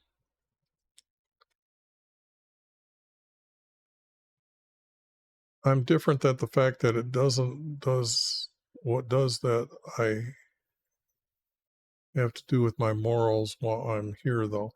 Your morals actually guide you to have either friends or not friends. You can either become truthful with somebody or not truthful. You can, and your understanding of how you like people and how you like to be treated, those are all morals. Morals is what makes your standard of truth and how you adjust in those morals, because your morals are always judging. in or setting up a judgment for yourself in how you weigh yourself against others, whether you like them or not like them.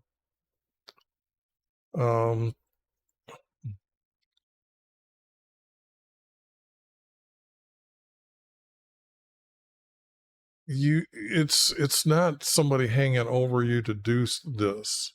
It's your free will of your choice. Think about it. Your thoughts are coming to you from our Creator, and you're taking a choice. But the choices that you're given, you'll always have one lesser than the other. Sometimes people that are really, really evil are still getting two evil choices, but one is still always going to be less than the other. You keep taking not the lesser, you keep rising up. The farther you go, the farther away you go into evilness. I have lived my life and caused no harm. Others' activities arguably in higher power as various reasons. Does all the good I did just get washed away because I don't believe what one book in a million says? It depends. Now, this is what I mean it depends, because there are words that our Creator has said to those back that I'm showing you are the first writer's writings. They said you cannot curse our Creator. Jesus says if you curse our Creator, you'll never go to heaven. Now, knowing that seems to be the only rule that I know, that if you curse our Creator, it doesn't matter. It's over with. Now, if you haven't cursed our Creator, that is knowing is what is mercy and compassion, that you will enter into heaven. Because you got to understand, the words that I'm going to present to the world as the truth, He is still going to allow people around the world that don't know the text. Because, example, when I told you that other men are seeing our Creator, they were straight out atheists. They were meditating, having sex with a female goddess, but they were always good. Like what you're saying, you were always good, always kind. Our Creator made them see Him. So our Creator don't make them see Him because, or made them see Him because He's going to redeem them, that they're going to heaven. That's what's being spread around the world. You can find every television. You can find Chinese drama stories that have Christian signs in them now. Even in India, Christian signs. You can't find an atheist website on the internet. They're taking them down. They won't let them exist anymore. When the internet first came out, they were all over the place. I mean, you could find them by the 100. Now, example, the last one I found was in Europe. And then when I went on that board and told them what was going on, they freaked out because they told me there's some guy over there in Europe that's preaching and he's only writing in small letters. And I said, okay, example, when you write, you're supposed to write in capital letters. You capped your sex off. I said, the little letters means you are a little letter. You let it out. The whole thing about the English language that you're using right now was written by them. Example, when I said Buddhists don't sleep, let me put it this way. You don't know your ABCs because the answer is X, Y, Z. X, Y, Z.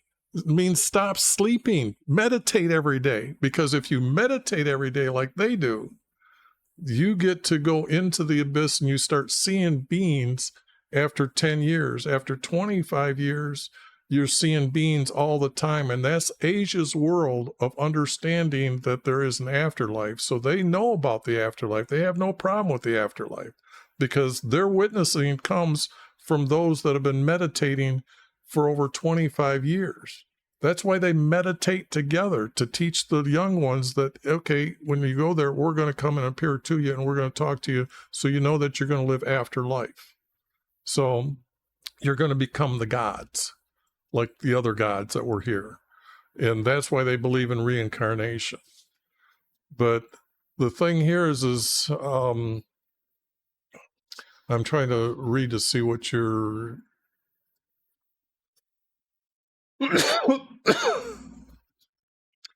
Well, you can be an expert on afterlife if you do what's in that video. And it's not hard to do. All you have to do is sleep with a heart on. You're going to put your fingertips over your heart, or over your maleness. And when your maleness starts hardening, your fingers are going to move just slightly. And at that moment, you are going to be fully awake, fully 100% you in the abyss. And that's why I said you're going to remember everything. And when you come back, when you open up your eyes and you're back in this dimension and you're back in your body, you have thoughts that you never had before. And those thoughts, remember, are coming to you new from our Creator. So don't take the lesser thought. Take the higher thought that you're thinking. When you're thinking something, saying, oh, well, maybe it doesn't mean this. Say, maybe it does mean this. And then it'll lead you to another thought and another thought, another thought. And after the many thoughts, you're going to say, I just self-witnessed all this. I now have my self-proof that I'm going to exist after I die. That's what's unique. That's what makes me different when you see, or when you do that video. And like I said, it's all there. It's safe enough for a 13-year-old, because that's exactly when I started finding that pattern. It took me until I was 16. And I've got so many trips into the abyss.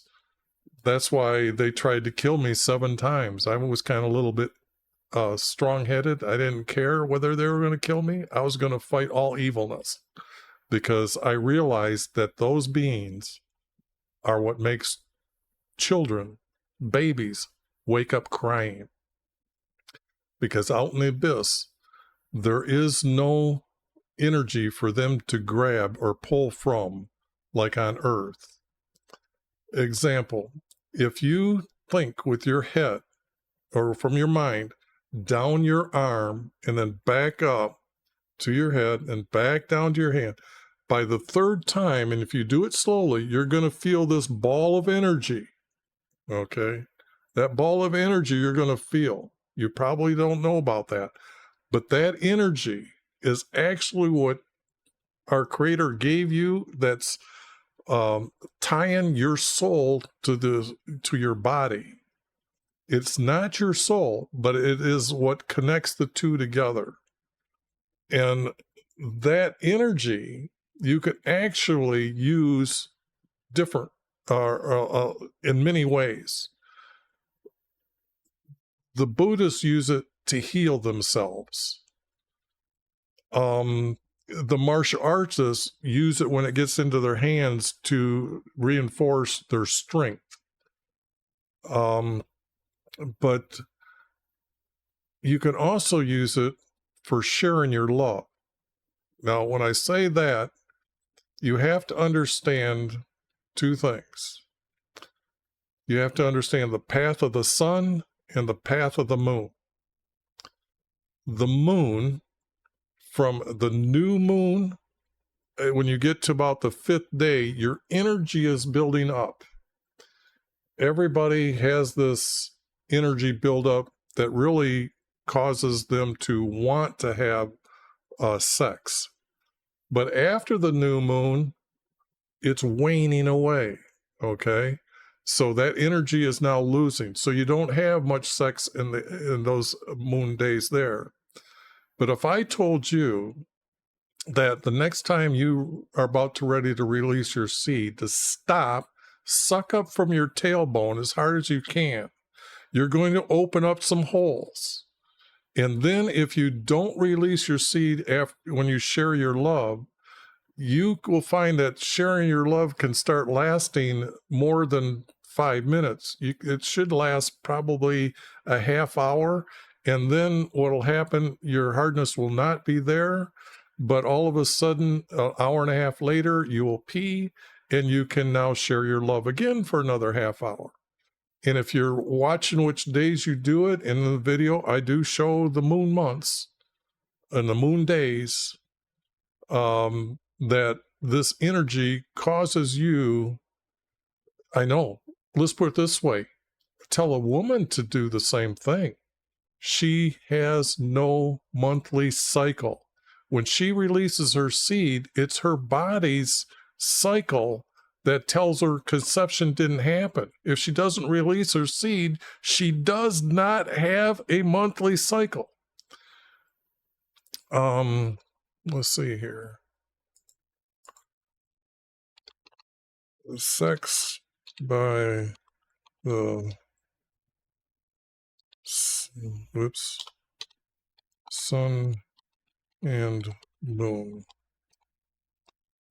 Now, this video that I have posted, I have it in multiple languages, but the charts that are there tell you that, look, this, because I told you have to use the sun's energy as well. Springtime is the strongest that the energy is in your body. Okay. So in those moon months, there's 3 moon months for the spring, that the second one is so strong that you should be able to share your love if you're 25 years old, 4 times a day, maybe 5 times a day for 6 days in a row. And I'm talking a half hour at a time. Now, that's the power of this energy that you should feel in your body. You just haven't connected it to the sun and moon yet. But you got to understand, if you go by the sun cycle, winter means no sex at all. The summer should be less sex. Fall, very few. If you watch, your seed energy actually is why you age. Consider it as a battery. In fact, it's kind of funny. If you watch people, if you watch a president, because you get to watch them over life or time, and you'll see that they're in their 50s, they start getting gray hair. And then you'll see a lot of gray hair in the fall, and then come spring, they have less gray hair. And that's just the way it is. That energy starts healing you to become youthful again. But that's the energy that people don't know, that once you learn how to share your love correctly, porn is dead. That's stupid because it's only 5 minutes. Or sharing your love, you will actually share your love by telling her, I'm getting close to release, slow down. When she gets close to release, you have to slow down. But by your testicles going up and then relaxing them come down, you get to play this game of up and down, up and down, up and down until you have no more hardness. But that's because you have to pee and you're waiting a half hour. Example, I was teaching a woman who was 42, 3 years old. She had a 48-year-old boyfriend, and I've known her like for 10, 15 years, and I myself am a virgin. And she told me that, look, if you need to know anything about sex, I will tell you. And I told her she doesn't know more about sex than I do. And she said for me to prove it. I told her I would take her 48-year-old boyfriend and I'd make him as hard as he was when he was 20 in 7 days. So every day I told her what to do, what to watch, play this game of up and down. And what happened was I told her to do something on the 7th day, that when she came into work, and I worked in an open building, open floor, where I worked in the automobile industry, where our departments had cars sitting around, but open area, and there would be 25 guys working there. She came up at 7 o'clock or 8 o'clock in the morning and yelled, her pussy was hurting her, and she loved it. And she says, thank you, Michael. Now that's the power of the energy that nobody knows about. You can actually reverse your sex life to sharing your love in that video that you see on the screen here. You can see that has charts. You follow those charts. I've got it so you can share your love in your 90s, okay? But it's only going to be in the springtime. I try to give reference to it. Me, I don't release my seed. And what's really funny, people, when they talk to me, and let me see here. How shall I do this? If I go like this and try to show you my hair, okay? Now, I'm 68 years old and I don't have any gray hair back here. I've got it along the edges, but I don't have any gray hair. I don't release my seed. People, when they find out, they usually guess my age 25 years younger than I am. I go into the hospital for something and I got to stay there for a week. The people, the x-ray, then they look at my chart and they look at me and say, are you really 68 years old? My dad's 55 and you look 10 years younger than he does. That's what the world is going to find out when you start sharing your love correctly and understanding your seed. Now, I'm a virgin, but you got to understand, so are the prophets in the Bible, okay? We are given the information from our Creator about their knowledge. We experience their sex, how they had sex. We reject it, and then we don't let our seed out of our body by understanding this sun and moon action. And then I don't age. I don't age. I mean, I have a friend, she's known me for 38 years. And she has a friend, and she wanted to come over and meet me. So as soon as they were coming in the door, my friend starts laughing. She's just bursting out laughing. And I says, what's going on? And she just asked me how young you were. And I had to tell her you're older than both of us. So the thing here is the appearance of people and understanding how people age. I'm just opposite of what everybody thinks. I think I might be on this earth for at least 135 years. It's just, I'm not aging as fast. So I'm trying to figure out myself, how long am I going to live? But the world is going to know a lot different about a lot of things once they understand that they really haven't been sharing their love correctly. How women, if they don't have a monthly cycle, yet can still share their love. And if they want to create a child, then release the seed and your seed. That's how to create a child. But other than that, share your love, enjoy each other. The thing here is it has to be done on different days of the moon.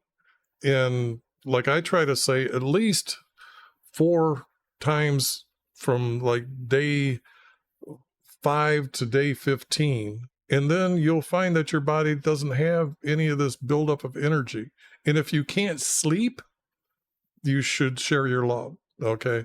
Because if you can't sleep, a male will release a seed because the energy of the sun and the moon is pulling that out of you, or causing that effect to pull it out of you. But the thing here is this knowledge you're hearing is just definitely different from everybody else. I'm just waiting for everybody to come and find out the answer to really know that life is not quite like they think it is. So other than that, I'm going to get back to doing what I'm doing here. Although this video has gone 2 hours now, so and I'm still not done with it. But I'm going to call it an end for today, because I'm going to chop off a lot of what we said here, what I've said here. So if there's anything you want to know about, text it. If not, have a good day. Thanks for stopping by.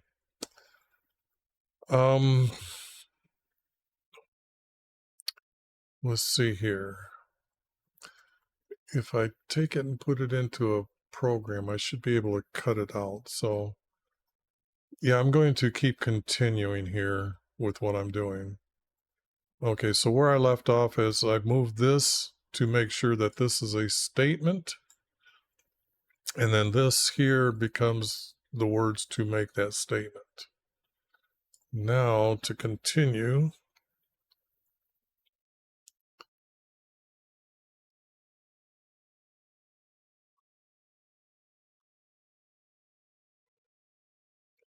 now he's supposed to have a mind that changes his mind like a beast in the grass with the beasts in the grass of the land.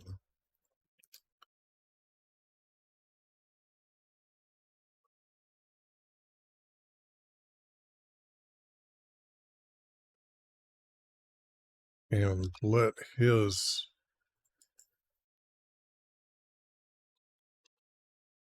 beast mind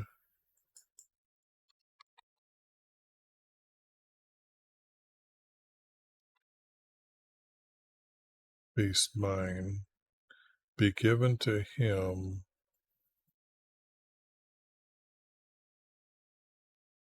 for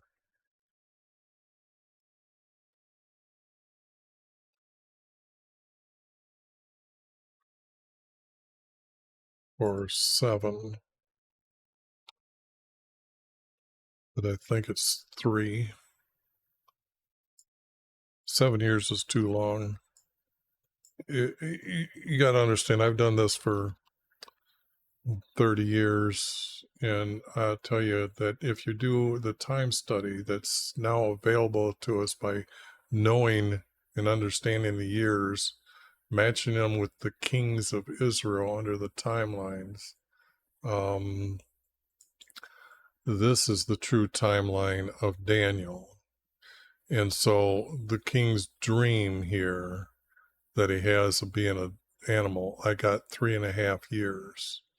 Okay, because it's Daniel who's going to return, and if he's now 40 at this time when he comes back to be established by this king that's being sent in him, and that's going to happen in Daniel. This timeline up here has to be, oh, I got it right here. He's eating grass for 3 years. Okay, that's where it's at. So, but the stories and how far apart they are to have Daniel at 40, this is what has to happen, because all these years don't equal 40, means he was young because he was taken into service to learn their language and their ways. So understanding that is going to be left at 3 periods, 3 years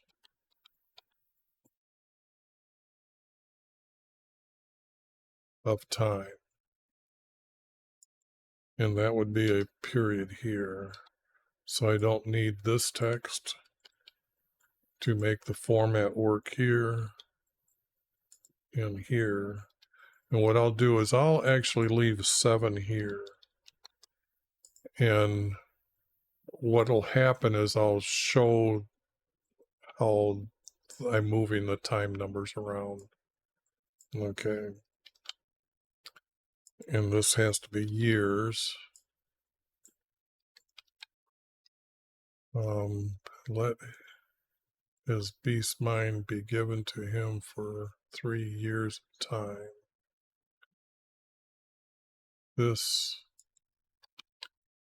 is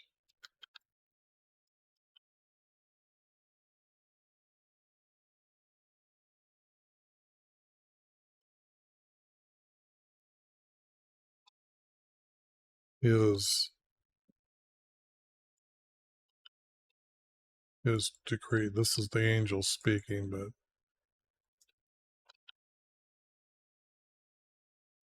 his decree.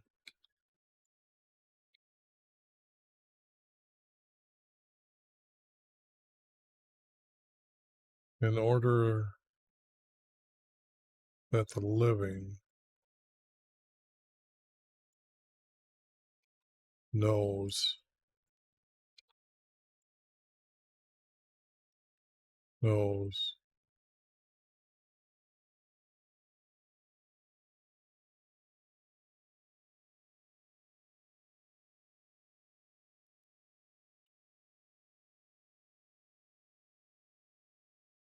he is the Most High.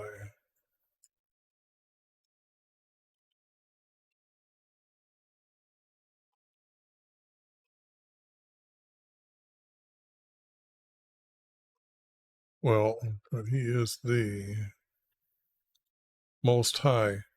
The word Most High, if I show you the, oops, not there. Well, yeah, I can. Here. Oh, I don't know. I've got to find it. I was talking to someone in the chat for a while, so I was pointing out things from time to time here. So this is chapter 4. Then I'm on verse 17, so we get that far anyway. 17, so let me bring this up here. Now, Most High is 2 words, okay? Right here and right here. And they use it as Most High 10 times, okay? And myself, I'm going to take a screenshot of that. Now, Most High could be God of gods. See, it's saying the name of God, highest name of God. Now let me go back here and show you the titles.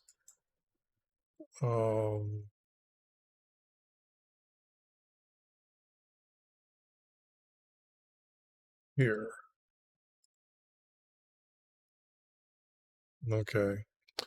They have this title or this Hebrew word, and it's highest high. But again, it says high, a name of God, and it's a title for God. It's not name. But the object here is I'm going to say God,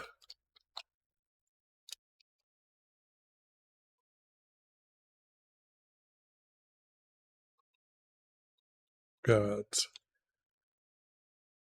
As that was how it would be presented to them at their time, because this is Nebuchadnezzar's story, God of gods.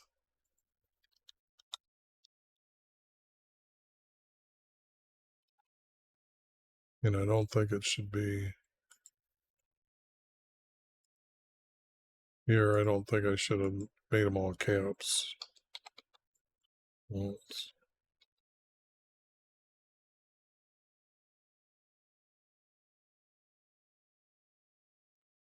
Okay. Whoops, I do have all caps on.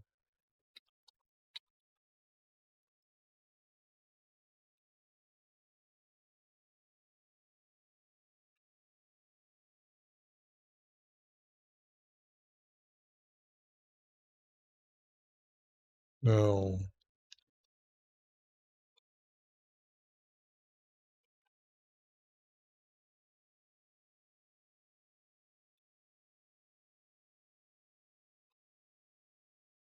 God of gods, period. And now I've got to say that I'm adding this word. He is the God of gods. In order that the living know that he is.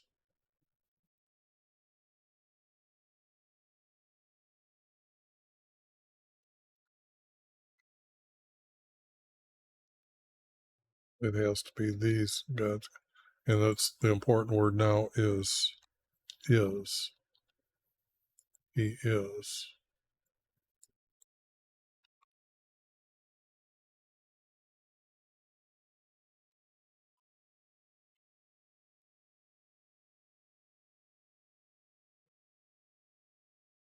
Okay, I'm going to put those two words in.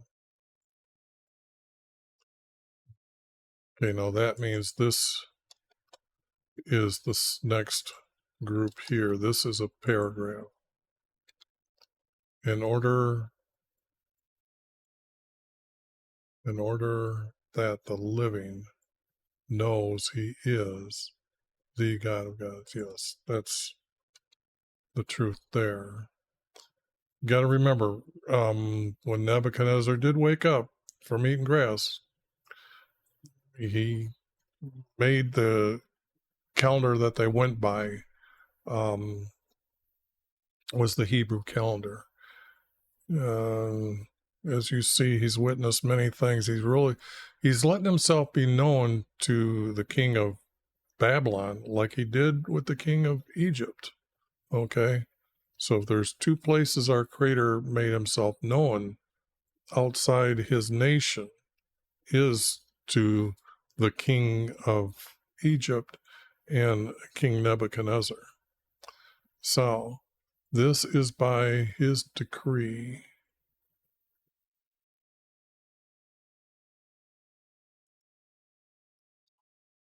And his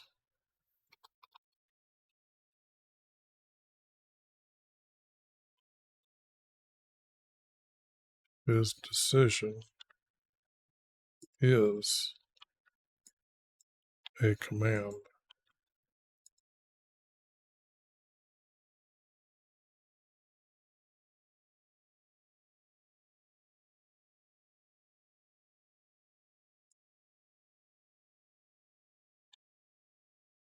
And his decision is a command.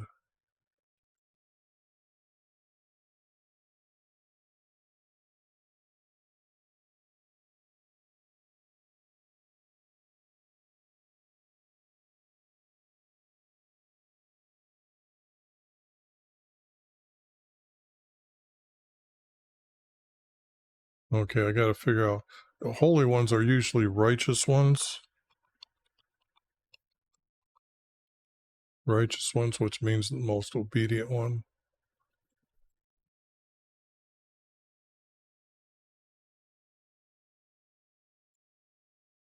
And 4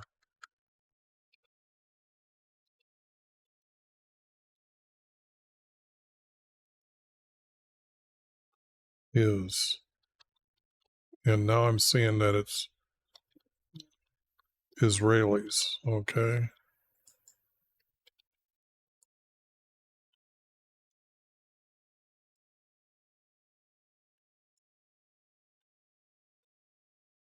And for his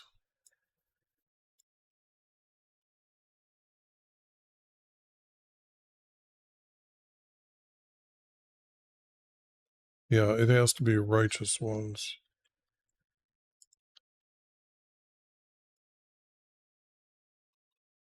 Meaning for them in captivity to hear. So he's making an announcement to all of them. Now, this would mean that now all the captives in Babylon would have been hearing about this. So then they would have found out the other stories that our Creator is making himself known. So he's preparing them with the knowledge that they know that they were told that they're going to return. So a lot of this is him building up, just like the plagues. They didn't know that at the time, but it's kind of like he's building up this that actually is proving the plagues to the leaders of the 12 tribes, and they would have been spreading it to them for them to know that our Creator is doing this, whether they believed him or not. But the object is he's doing the same thing in Babylon, and it's for his righteous ones and for his righteous ones, in order that the living knows he is the God of gods, and that's what they would be known in their other land. Okay,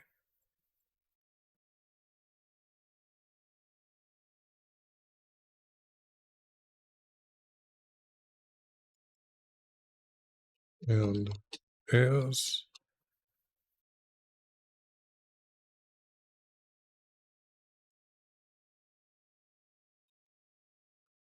and as I've got to use the word "the" again.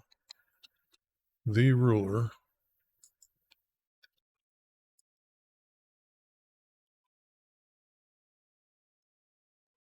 the ruler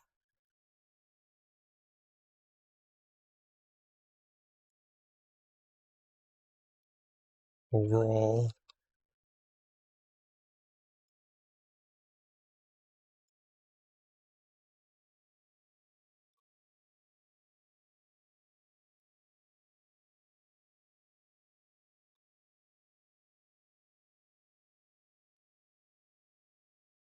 and bestows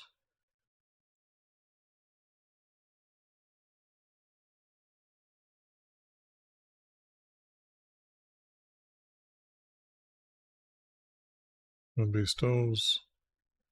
I don't know if I want the word bestows. Bestows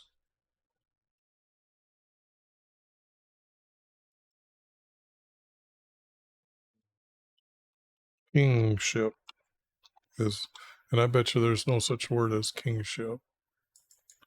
Let's see. Oh, there is. Okay. Bestows kingship.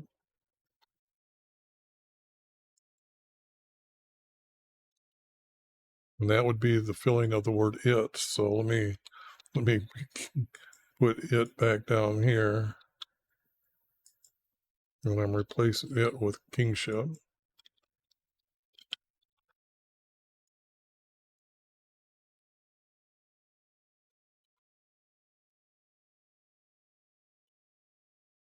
On whom he wishes or whom he wants. He does not wish. Our Creator does not wish. There's no such thing as luck, by the way.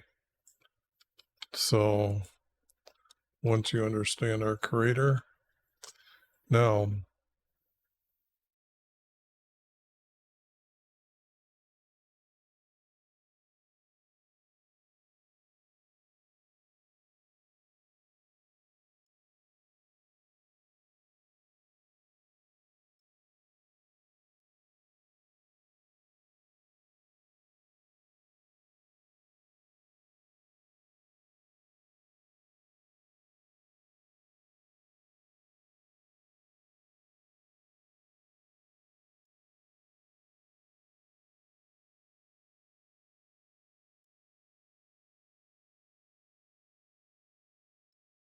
I don't think this is going to be needed. Because if he's bestowing kingship on whom he wants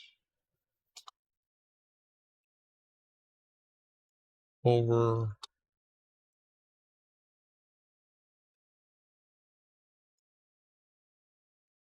the lowest. And then that way, lowliest, is that how it's over the lowliest?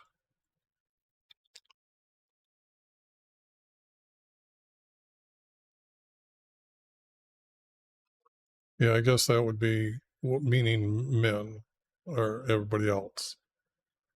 And be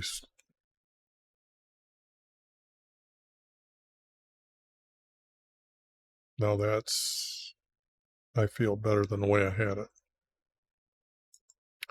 Now, this is my, well, wait a second.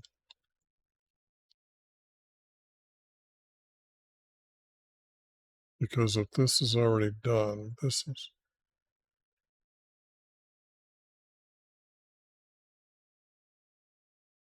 well, those are all going to be said by the angel. Okay. This is my vision.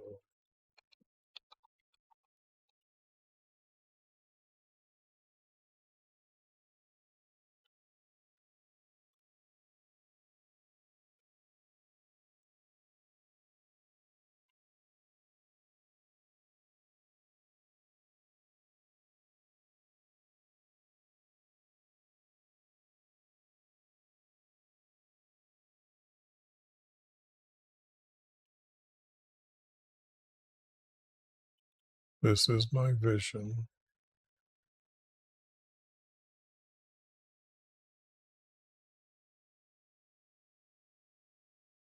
I, Nebuchadnezzar, saw.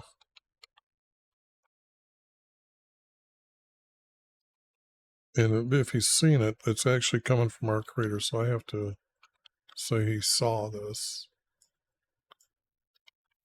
Saw. Now,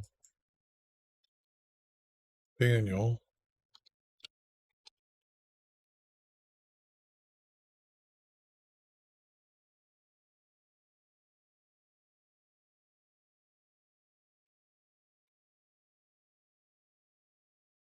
oh,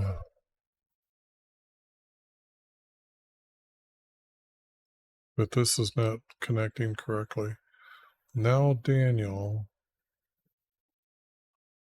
told me its interpretation.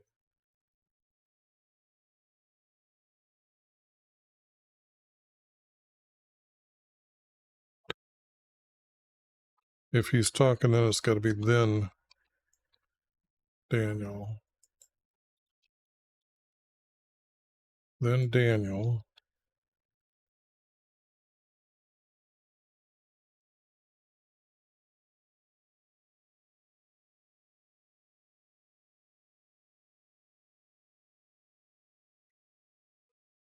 was to, because I got to have him being appalled here first. So he has to be was to before he said it. Was to tell me its interpretation.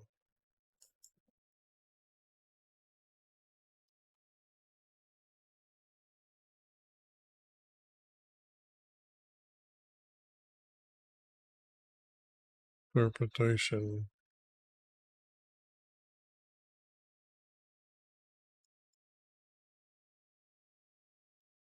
as none of my wise men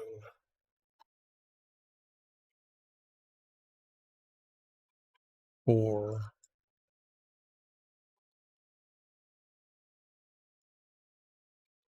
none of my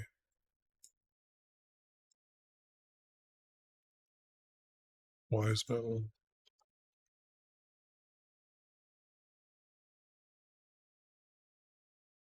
did.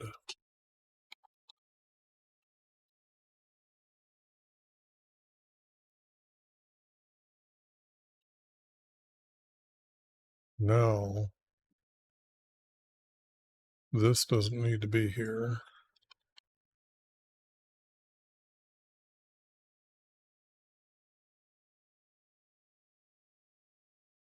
It would have to be but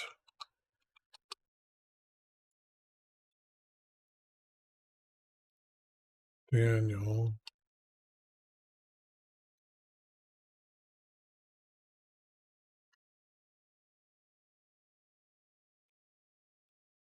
was appalled.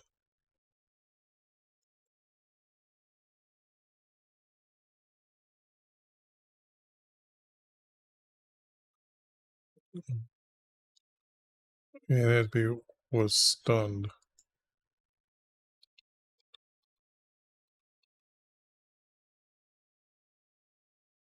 Stunned, is that?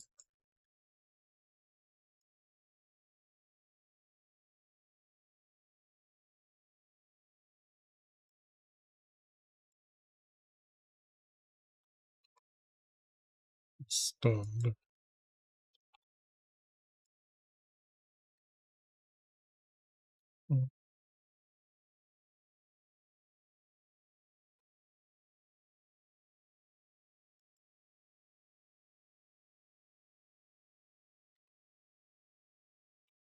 As his thoughts alarmed him,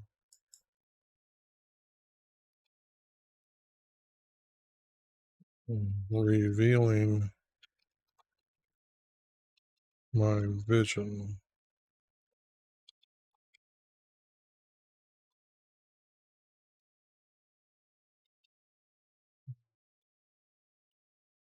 as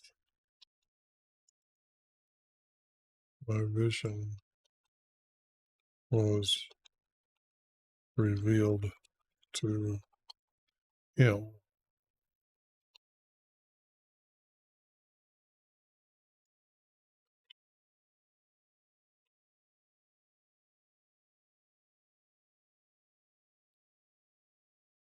Okay, that now completes that verse. So,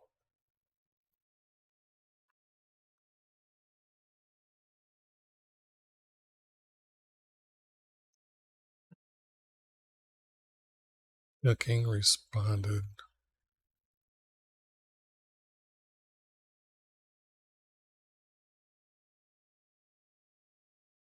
not the king. He's the one telling the story.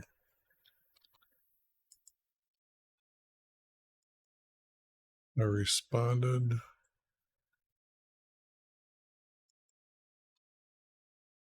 by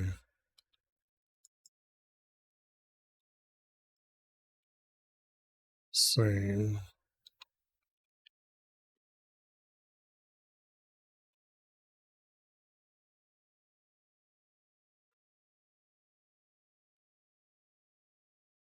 do not let vision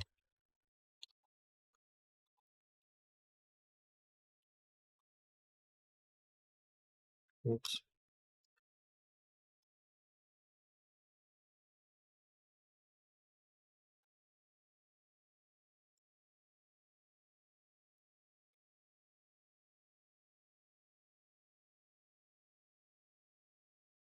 I don't know whether I should put his vision or do not let his vision.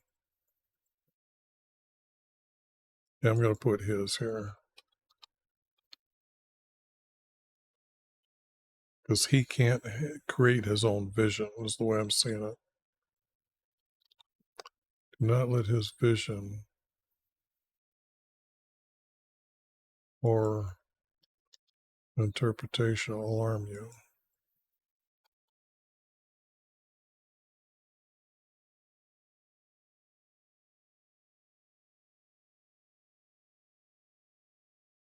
Okay, I'm pretty sure that's how it's been said.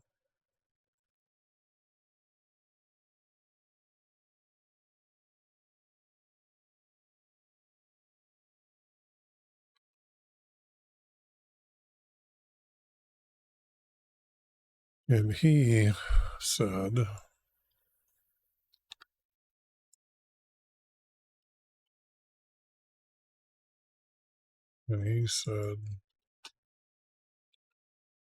I'm going to put down king. Oops, not a capital letter king. Even though he's a good king, he's not from Israel, so don't know that I capitalize good kings, but with capital K.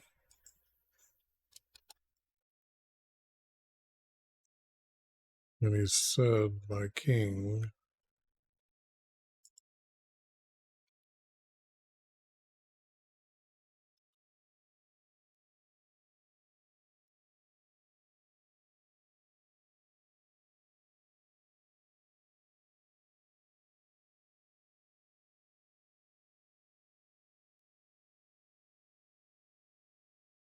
his vision applies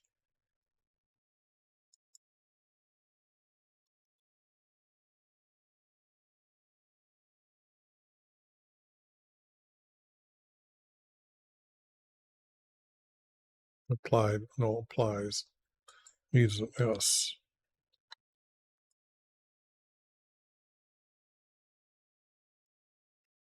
Applies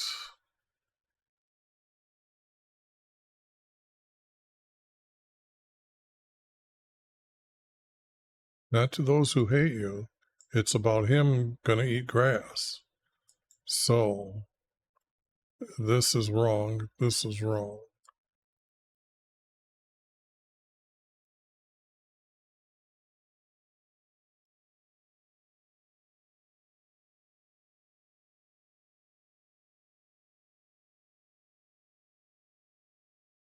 I can't figure out anything here. So I've got to actually figure out a verse here applies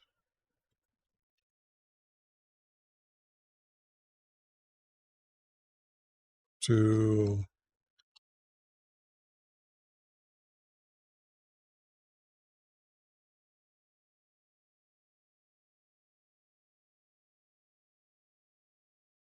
going to apply to his future.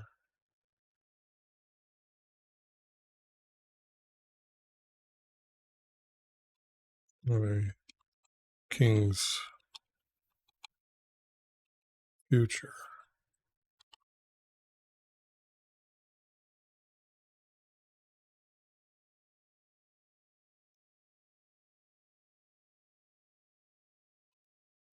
Okay. Pretty sure that's what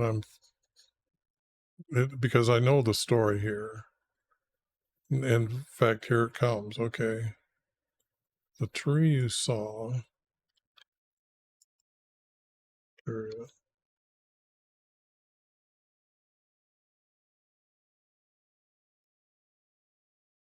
and it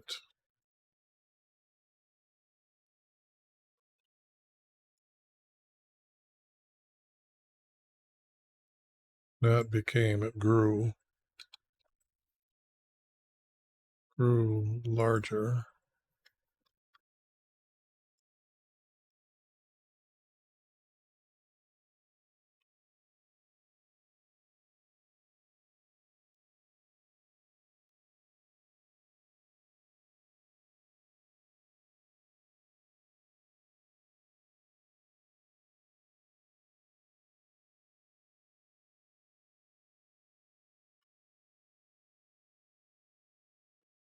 To reach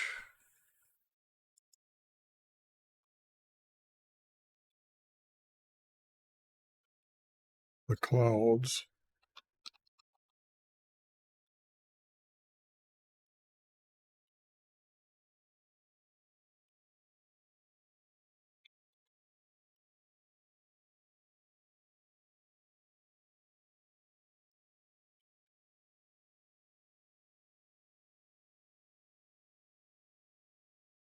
And its foliage,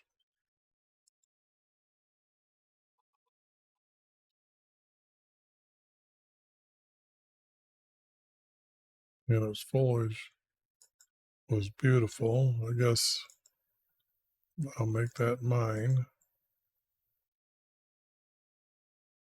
And its fruit abundant.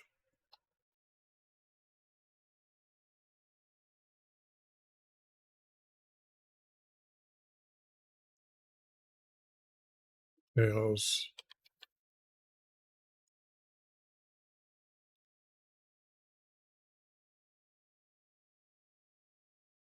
food for everyone.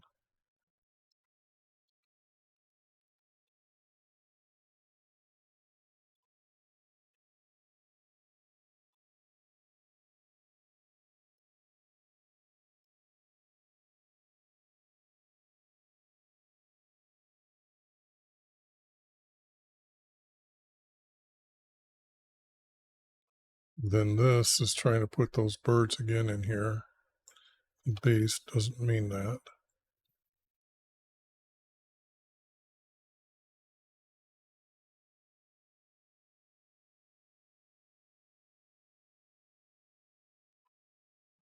King.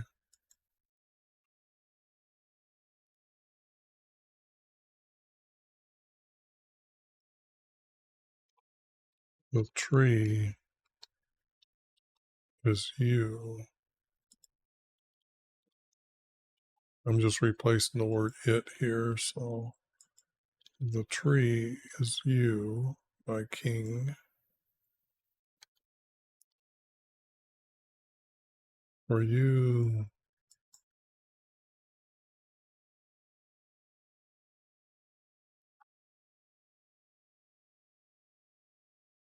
became.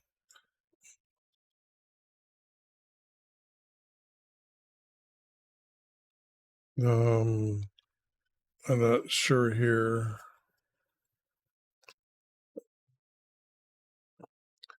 Because it's got to match, two of them's got to match like what's up here. The tree is you, my king, for you became great.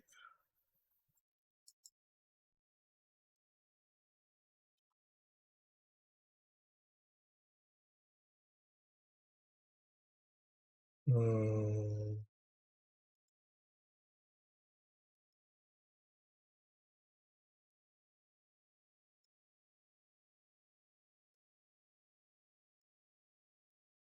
you became great and are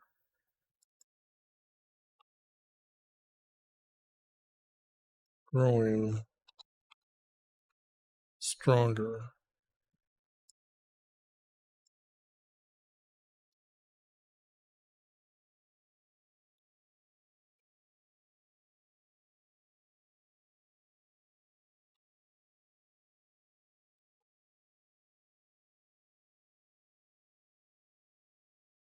And your majesty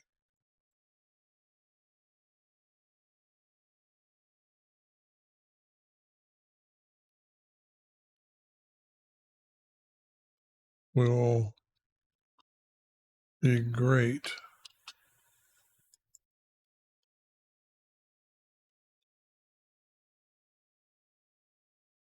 This has got to be our creator part of this. Be great.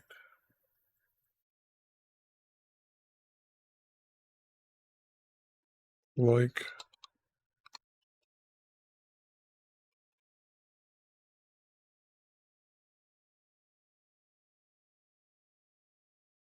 oops, like reaching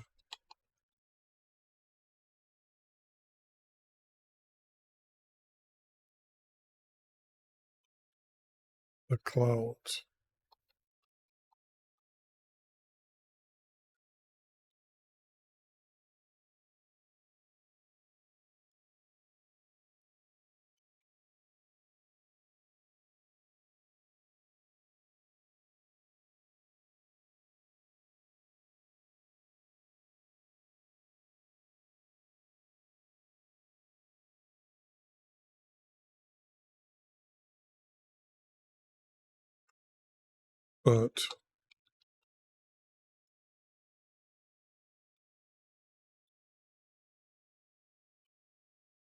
But your kingdom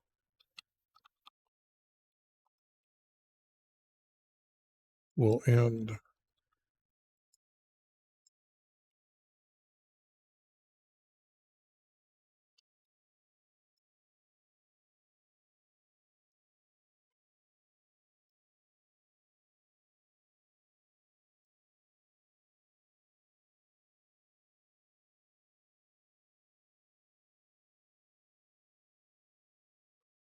for my King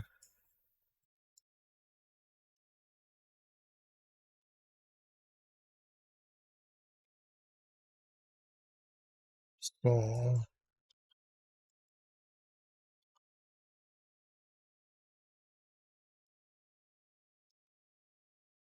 angel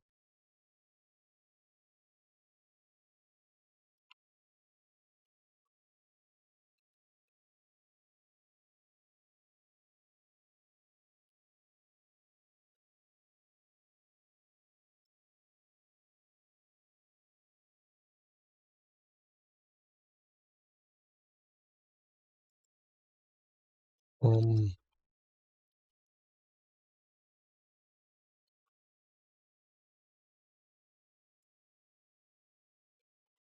YV,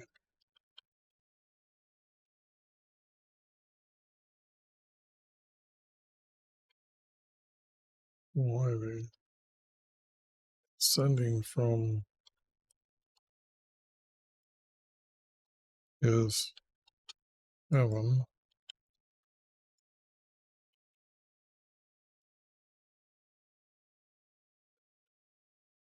heaven,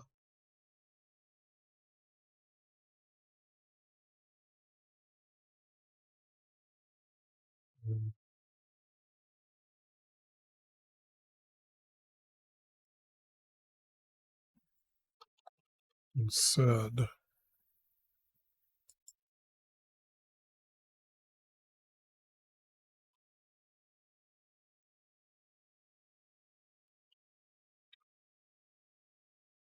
chop down,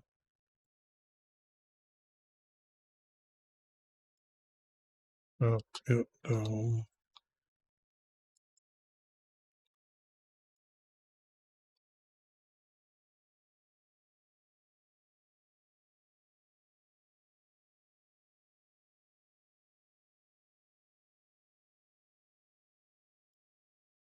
to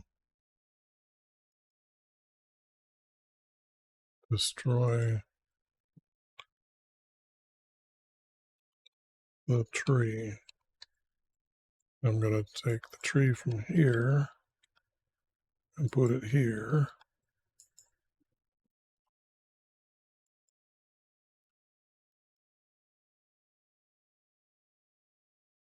And destroy the tree, yet leave its stump.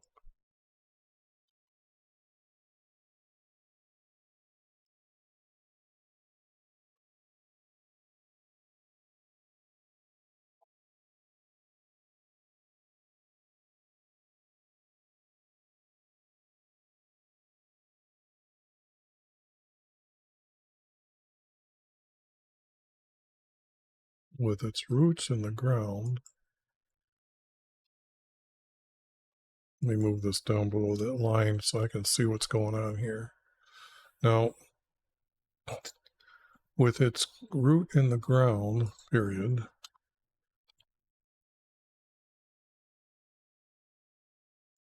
and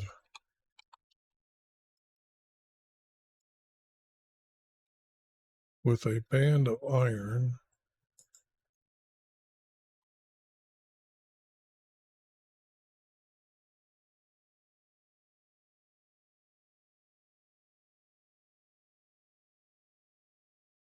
and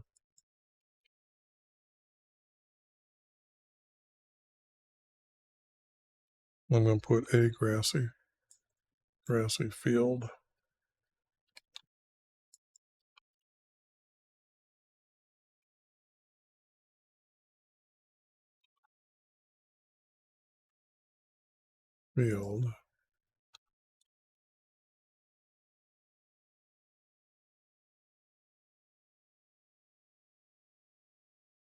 And let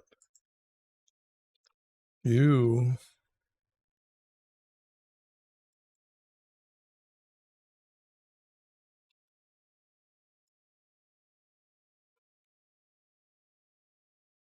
be drenched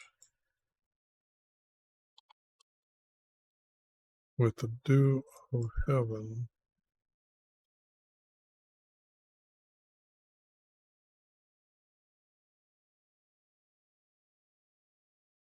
and share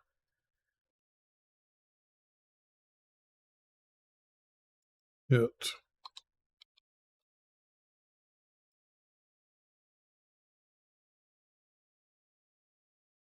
Now,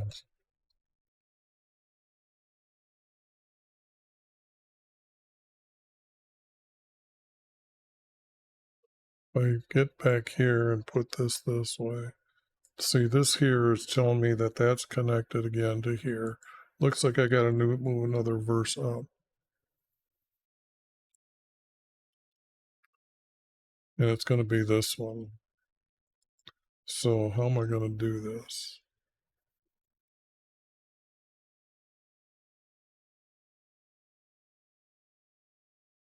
And let you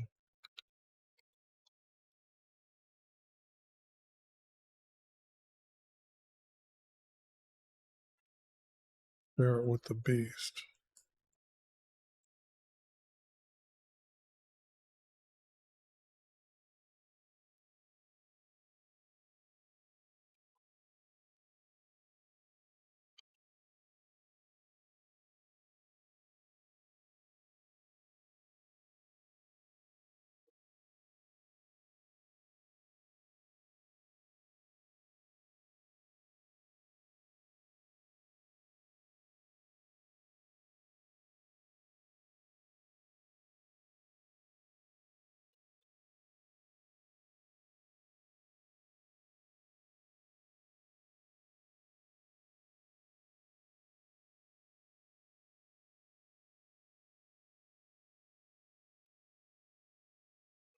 And be drenched, and let you be drenched with dew of the heaven.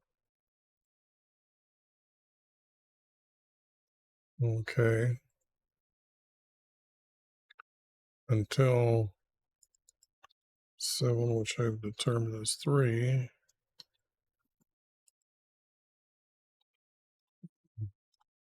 years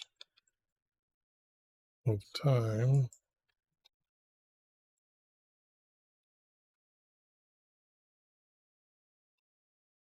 pass over you.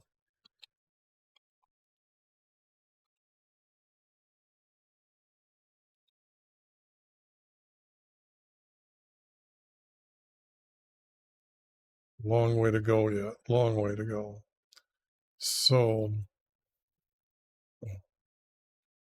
I'm going to call this it for the day, because it's starting to get really long here. It's an hour 3, and if I chop out what I've done here, sorry, I just seen your post. Yes, actually, I'm finding are you still there? Let me know. I'm really sorry I missed you, but I'm finding the first writer's formats. So what I got to do is get back to where I was at here. Now this, I'm going to stop here, and I'm going to make it part 3. So, but if you're still there and you didn't text me here, let me show you. Okay, real good. Let me show you. I'm finding the first writer's hidden formats. And this is how beautiful they are. This is a statement, and these 2 verses connect together with a comma. This makes a small paragraph.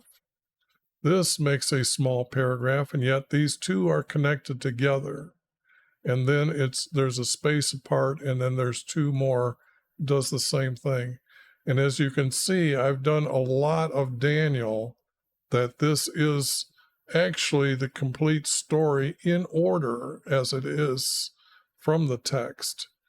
And what I do also is to honor and respect our Creator by putting all capital letters in a purple, so the reader understands who is who, because sometimes it's just he said and things like that. So you understand who's who. I still have questions. Here, I also had to move a group of text from here to here for it to read in order correctly. But that's what I'm doing. I'm actually revealing the first writer's formats that is being covered up by true atheists that are editing the text. And let me show you what I mean by true atheists. I put this text in the intro of every one of my videos. And this is the 1611 preface. And they say there's many reasons why they are editing the text, but I thought the one that was the funniest was the third. It goes by the light and feeling we have attained unto ourselves.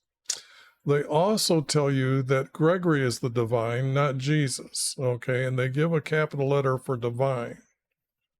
They also are happy that the first Roman emperor corrected the calendar in the order according to the course of the sun, giving a capital letter on S as a sun, which is the sun god Ra. Okay, that's why you see Egyptian obelisk in the courtyard of the Vatican. Now, they also state that lastly, the end of your reward for the study thereof, and that means if when you study the text in the Bible, you'll have a fellowship with the saints and participation of a heavenly nature. Not to go to heaven, not to know about our Creator, not to know about our King, Jesus, but to participate in a heavenly nature. Now, there's a lot more to be said about that, but that's how I do an intro.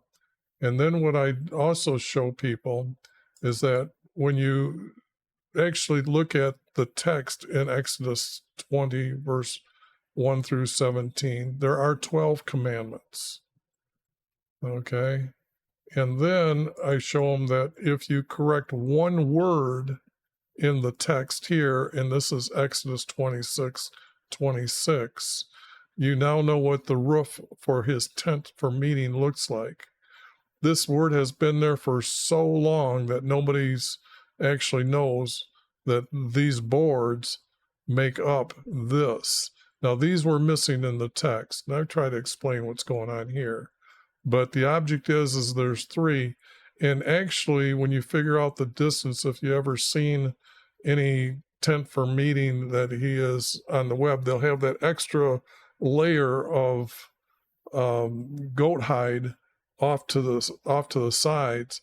But now you can see that it would actually fill these sides up, and you'd have a roof. Because as a flat roof, rain would cave it in. So that's what I'm doing is proving that the bad guys are editing the text, and to prove it, I can show the first writer's writings. And it is actually beautiful when you see the text itself. I mean, when you see the text, yeah, let me just roll like this, how beautiful it is wrote. I mean, even from there's nobody that's wrote like this, and this text was wrote 2,400 years ago. So that's what you're seeing here. Now, yes, I have to add words when it's not there, but they did throw out a lot of the words. And what I'm going to do is I'm going to assemble all the text that I'm going to reveal hidden formats from and put them together as one book. And then you'll have the correct order of the text.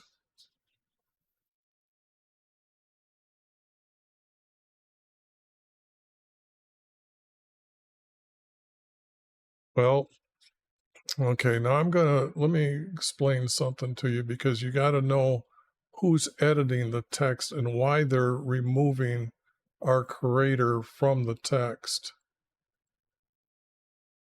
Well, I've been doing this for 30 years. I've already done it. I'm doing it again because I now have the availability to record what I'm doing and my knowledge that our Creator has given me to put the text together like this. But you have to understand who's those that are writing this. And I have to go back to telling you about their God or what they do.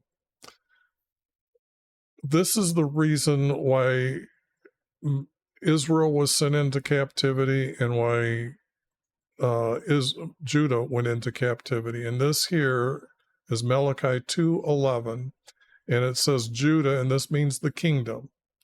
They have married the daughter of a foreign god. Now, the foreign god is Ra, the sun god, and the daughter is the moon goddess. But how do you marry this goddess is the question.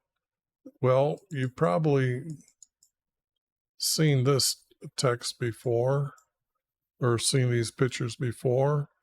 They sit and meditate, and what they're telling you in these pictures is what goes on inside their body.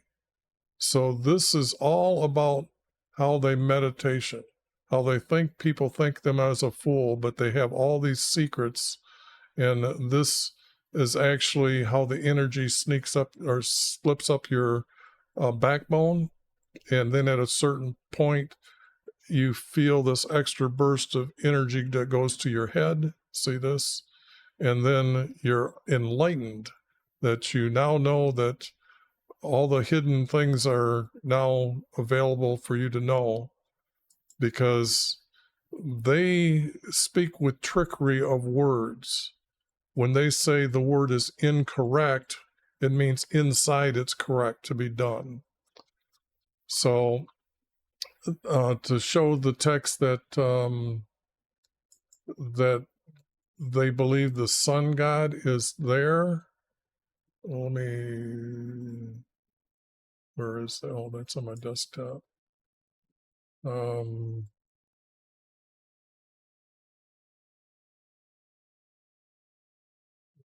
didn't throw it out, so where's that? Oh, I got to go up farther. In this text, in Psalms, they have really stupid things going on. They say, taste and see that the Lord is good. Then it's got our Creator saying, open your mouth wide and I will fill it. Stir yourself up and awake to my right. Like our Creator's going to awake to your right. But here's what's unique. In Psalm 84:11, the Lord God is a sun, covering yourself with light as a cloak, in Psalm 104. This means they believe he's inside the sun, and the sun is a god, and his light is the cloak. These are the Bible verses of this text here from BibleHub.com, which you can now see that the Lord God is the Son. The Lord God is our Son. Our Son. They have this in many of the books or the Bibles that you can go see that verse. So that's who is editing the Bible. They really the text at that time, they did believe that the sun was a god. Okay, now I'm pretty sure today they don't, because what they do believe is in the heavenly nature and that they are participating in it. I also have done like 7.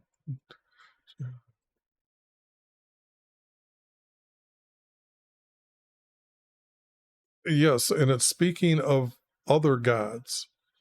You got to understand that they removed our Creator's name, I think 6,828 times from the text, and put in 2 titles, and everybody thinks his name is God, and yet it's a title. They're removing the information from here and putting their God into the text. That's why it's so hard. You can't read it until you have the experience of meditating and having sex with a female goddess. Then all their trickery of words become that hidden knowledge that they were showing you in that picture, the pictures, and everybody's happy that, hey, I'm like you, look at that, I know how to draw these lines too, and this is what I see and this is what I know. But what happens is that the sun god Ra here has a moon goddess, and you can see the moon goddess. This is Athena in Greek, okay? But what they don't tell you is that once a year, a male's maleness retracts inside the body, and you become a mankind, okay? This is on the Vatican's wall in the on the Vatican, and it's in the corner, and it shows him all proud that he's got hinds feet here, okay? For a woman, her rosebud becomes a long 1.5 inch sword, and it is much like the owl's maleness. So this is what they have symbols for the woman. So yeah, that's what I wanted to show you about that. But in the Bible, you can actually have sex with her 3 times in one moon month, only once in a month. And these are the 3 different names that they've given to each of the goddesses. They say it's Phoenician, but it's actually from Egypt. Egypt was around before Phoenicia. You don't trust their history. But the object is I'm taking that text out and making it true. Example, to be obedient to our Creator, you have to follow the 12 commandments. Example, if you did not obey any of these 12, you had to bring a sin offering to atone for not obeying one of these. So there's only 12 sins because our Creator defined these as what is a sin and needing a sin offering to atone for yourself or your family. The head of the family, the male, would come and be responsible for the male and female if they didn't follow any of these. Some of the children, they're not until they're married do they really have that on them, these rules. But this is the agreement that our Creator made with the tribe coming, or his nation coming out of Egypt. To be forgiven of these, you got to remain in the nation Israel. If not, you were called outcast because they cast you out from his nation. Later, we learn at David's time that Jesus is going to appear and going to have a kingdom that's going to be forever in heaven. That verse is why you get to go to heaven, okay?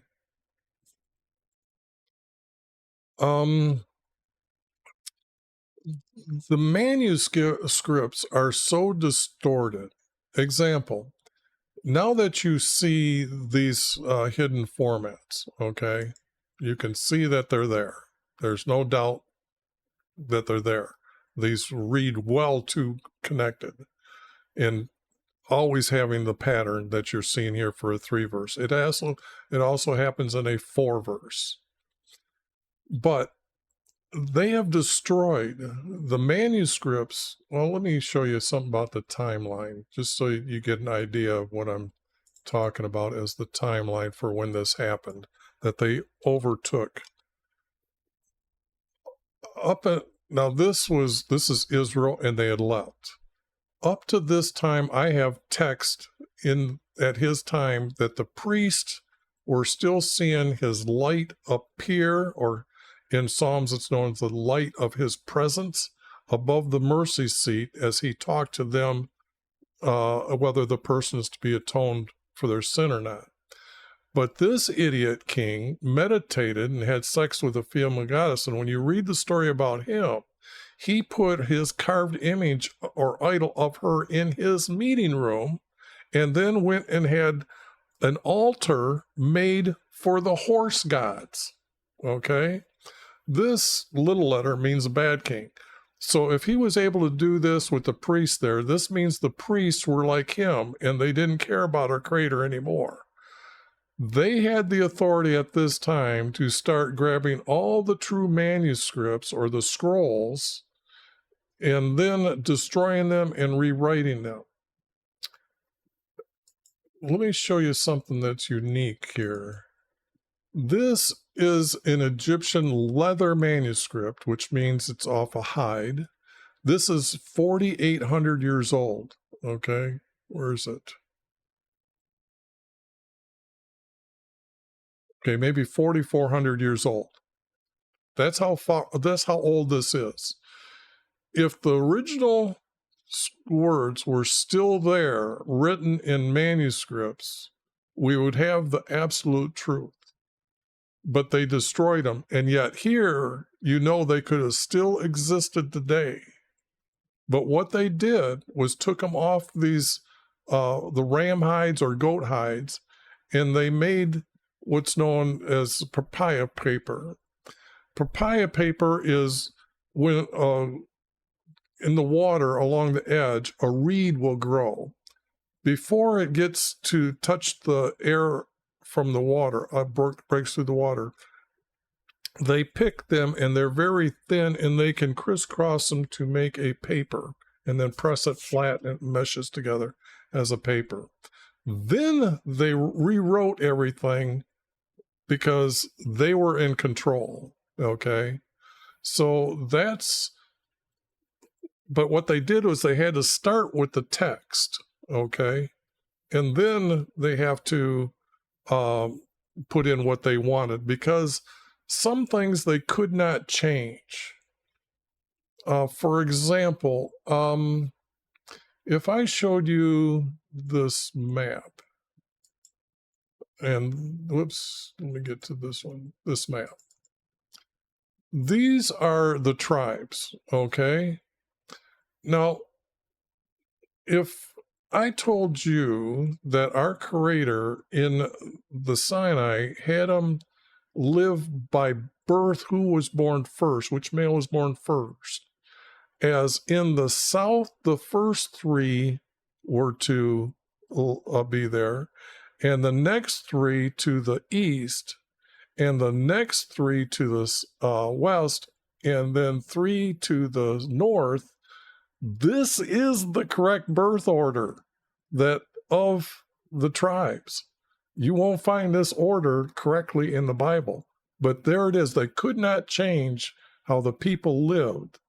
So when I corrected the text, I realized that's how it happens, because what I was wondering about in the text was that when they were to go to their priest, how do they understand where their priest was? And then when I understood they were to camp there, then I knew that the order where the priests were, wherever they came from, when they came to Jerusalem, they know exactly where to go to talk to their priest. It's not on stone. The thing here, Babylon had a practice of putting it on clay and then making the clay pottery, so you couldn't change any of the words. So Babylon, we know that that's how they did the text. Egypt, we have a lot of this carvings on their walls. But the thing here is the Hebrews wrote it on hides, and then the enemy overtook it. Now, what's unique, because I've done this so long, that sometimes my parents have asked me what like a certain little paragraph talk is about.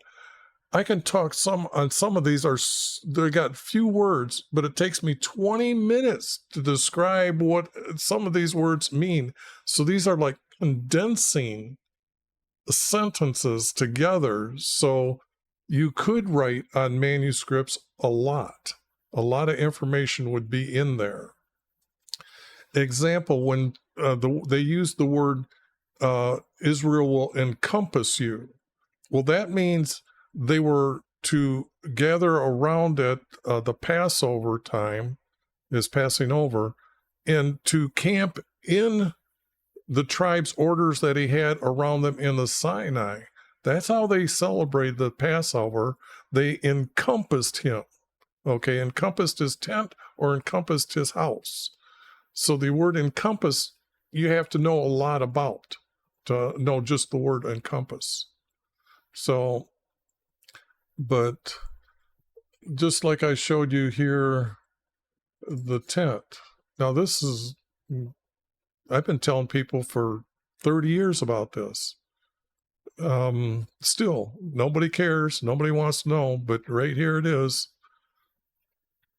But the thing there is it's just a matter, because I literally know where every board is, every board that is made.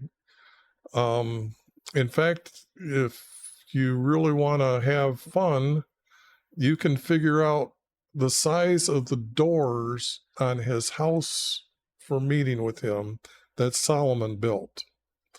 It wasn't made out of stones like what's said in, I think it's Luke, where the disciples. Well, that's just it. Let me show you something about the Hebrew and what they've done to the text that you really can't really trust the Hebrew. Here. This is the word which. This is the word which in Hebrew. This is how many times they use the word which. But they use it all these other times, and that's why you don't see the New American Standard Bible Concordance in public anymore. When I started doing this, I had to, because my copyright lawyer told me I had to tell them, the New American Standard Bible Company, what I was doing. And when they went and seen some of my videos and seen I was using this and saying, look, how did they come up with the word anyone, deadly, steward, storehouses from the word which? And how can they use all these words? Powder, okay, powder. The thing here is they had other Hebrew words, like for the word so, here it is. And yet they used it 7 times for the word which. And then you got to understand every word in the Bible is not exactly true. They're fudging these words. That reminds me, I should show you about the words and how they misuse them right here. Let me bring this one, and I know I got to blow it up here a little bit, so let me blow it to, okay. Now, this is funny because it starts out as the word boy, and yet it can be used for the word girl once. I have a desert, but I have a man's name 4 times. I have a dove, but it ends up this long guy's name once. Okay, and yet doves or pigeons is what it's used for all the other times. The word nation becomes a man's name. And I've got probably 10 of these that are like this that I could show, that they just don't care and they just put in what they need. And that's, again, why you won't see this program out. In fact, I got a hold of the Bible company that I got this here program on. And I did this probably about 5 years ago. And they told me they didn't know it exists because all they now have is QuickBooks is just like referencing books, all the Bible books and all the reference books, all the books that are supposed to be important and written by good men that are really written by atheists with trickery words. That's there. But when I told them to check, they still couldn't find it. But because I think they have to have the rights for it. But I guess the company had been sold a few times. But this text that you're seeing here, this Bible program, I literally have to have it running on a virtual machine to show it to you, because it's a 8-bit program, and it will only go on still work on a 16-bit program, which means it would only run on Windows XP is the latest version that this program would run on, that I can actually copy the text from it and put it in there. It looks like Windows 95. Well, the only thing is in 95, that's actually, I started doing this in 1988. But I know that I had to buy this program a couple times, so I know that the program that I've got now says it's from 1995. But yeah, there's a lot to learn once the text is here, but the text is getting rid of the stupidness. The stupidness is that they are to obey the 12 commandments.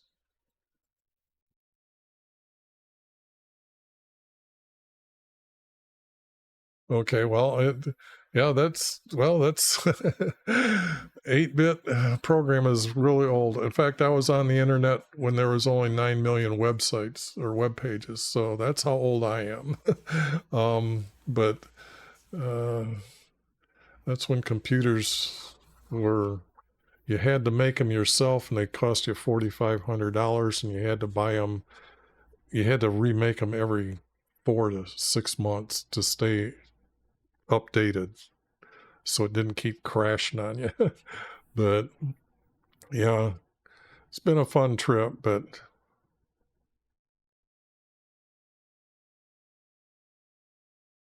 yeah, you would be. Yeah, that's right. Well, the only thing is, I was making really good money where I could actually buy or spend $4,500 every 6 months and not miss it.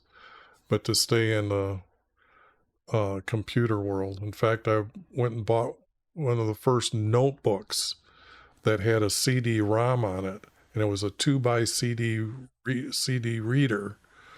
And when I took that into work, I worked in Buick Engineering, which everybody's got a degree in engineering, so pretty much everybody's got knowledge.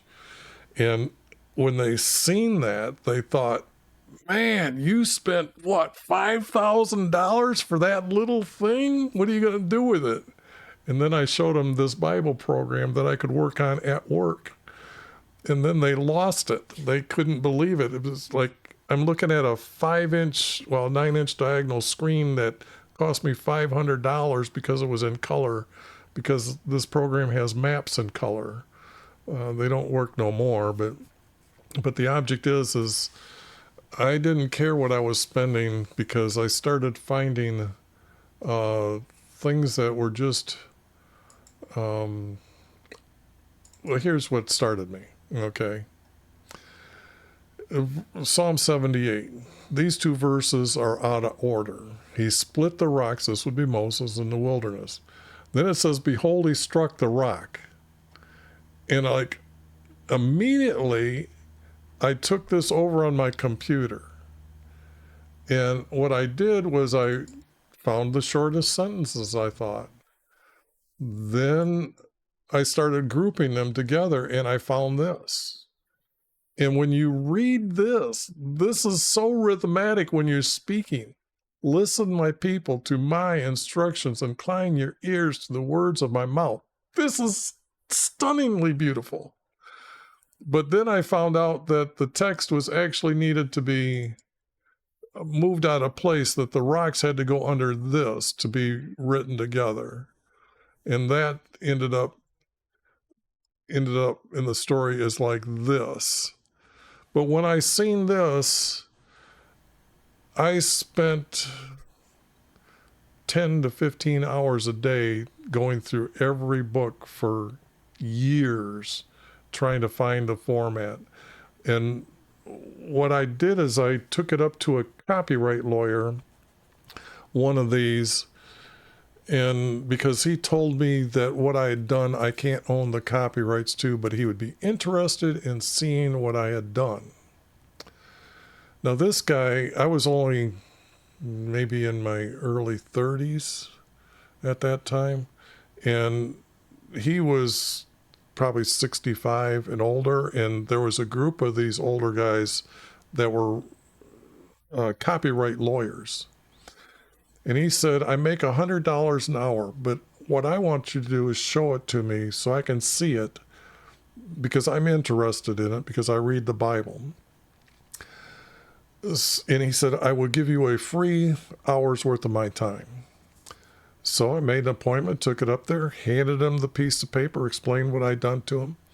And as he started reading it, he started slowly setting the paper down. He put it down on there, and he looked at me. He says, my God, I felt like I was there. I thought I was there when I was reading it. This is so crystal clear, and just, he's in my head. My Creator's here. He's in me, where usually you can't touch him. And he looked into copyright laws and found out that if you put the text in a different style, you can actually copy any Bible out there in order and just put it into a different style. And that's what I've been doing. Now, our Creator has another hidden format within the text, because Matthew, Mark, Luke, and John, they don't really have this Hebrew pattern. In fact, let me pull up Matthew here. Now, this is what I've had to do just to find this in his text. Now, what I start out is by editing Matthew, but I show you in Luke that there's a genealogy, and then I show you the genealogy in Matthew, and you can't trust them. So what I've had to do is just go through and clean up verses to find out, get one sentence. That's all I got out of the first, 17 verses, I think, of Matthew. That's it. That's it. Okay. But what I did find in, let's see, how can I,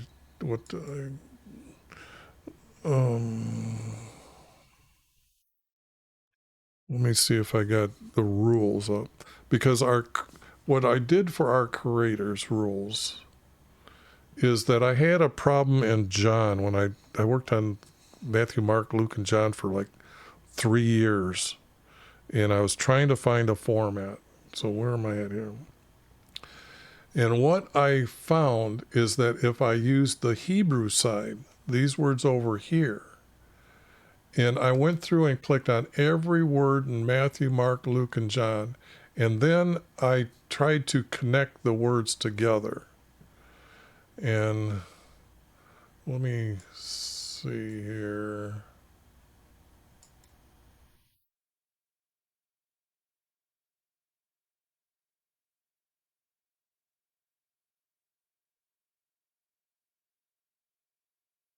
Okay, I got to go someplace else and bring it up. That's here to here and here. Now, this is what I did for our Creator's hidden formats. A Hebrew word and a Hebrew word and the least amount connected, and I found this format. And then I found that format again, and I'm removing this word. They had 2 earths here.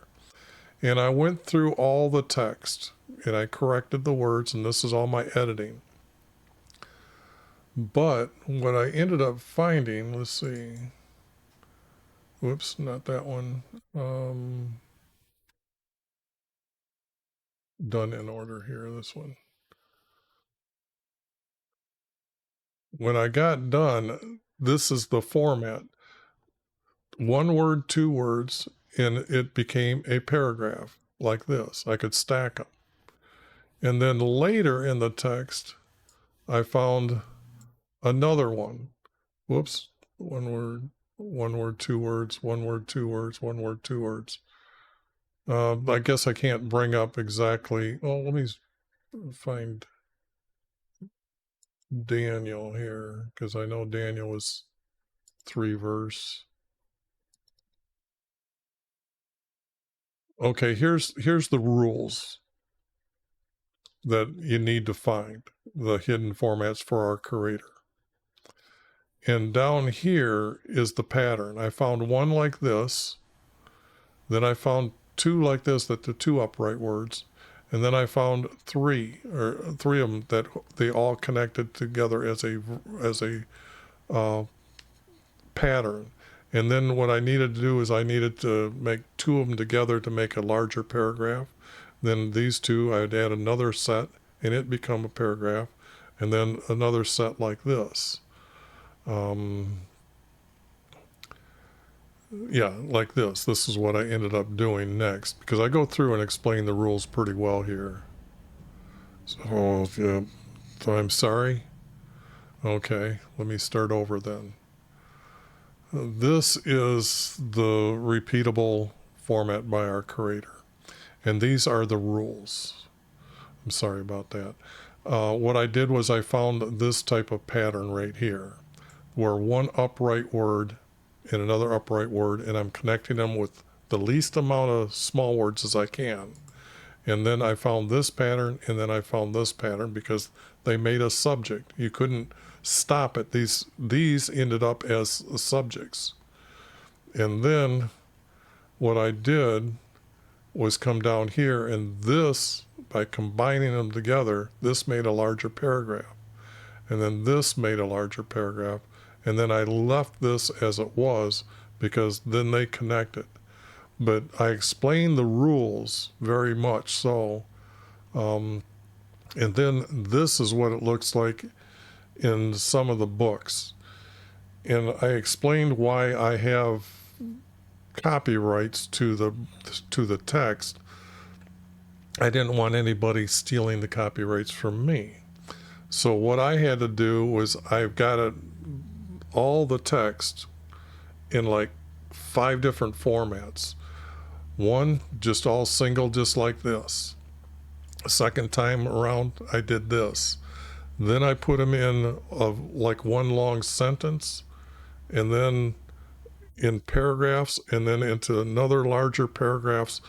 So there's no way anybody can steal the formats that I'm finding and take over what I've done and try to re-edit it and say, just because they got more money, they can publicize it and say, we got this.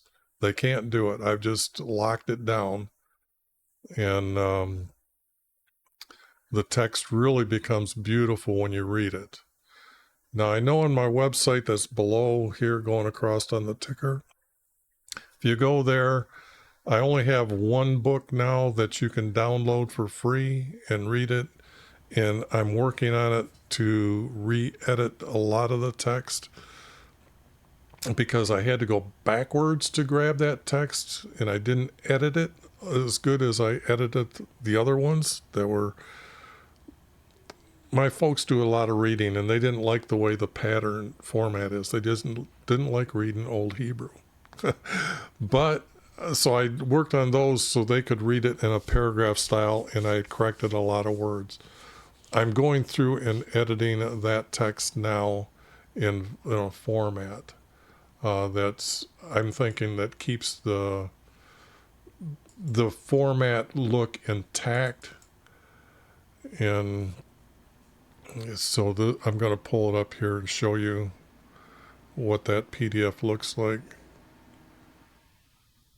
because I have got maps involved, stories, these, so you now can click on them and get right to the story.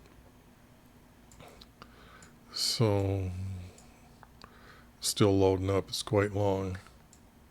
But then to cross-reference it, I put paragraphs here, so if you just tell them, open the book up, go to 270, everybody will get to this verse here.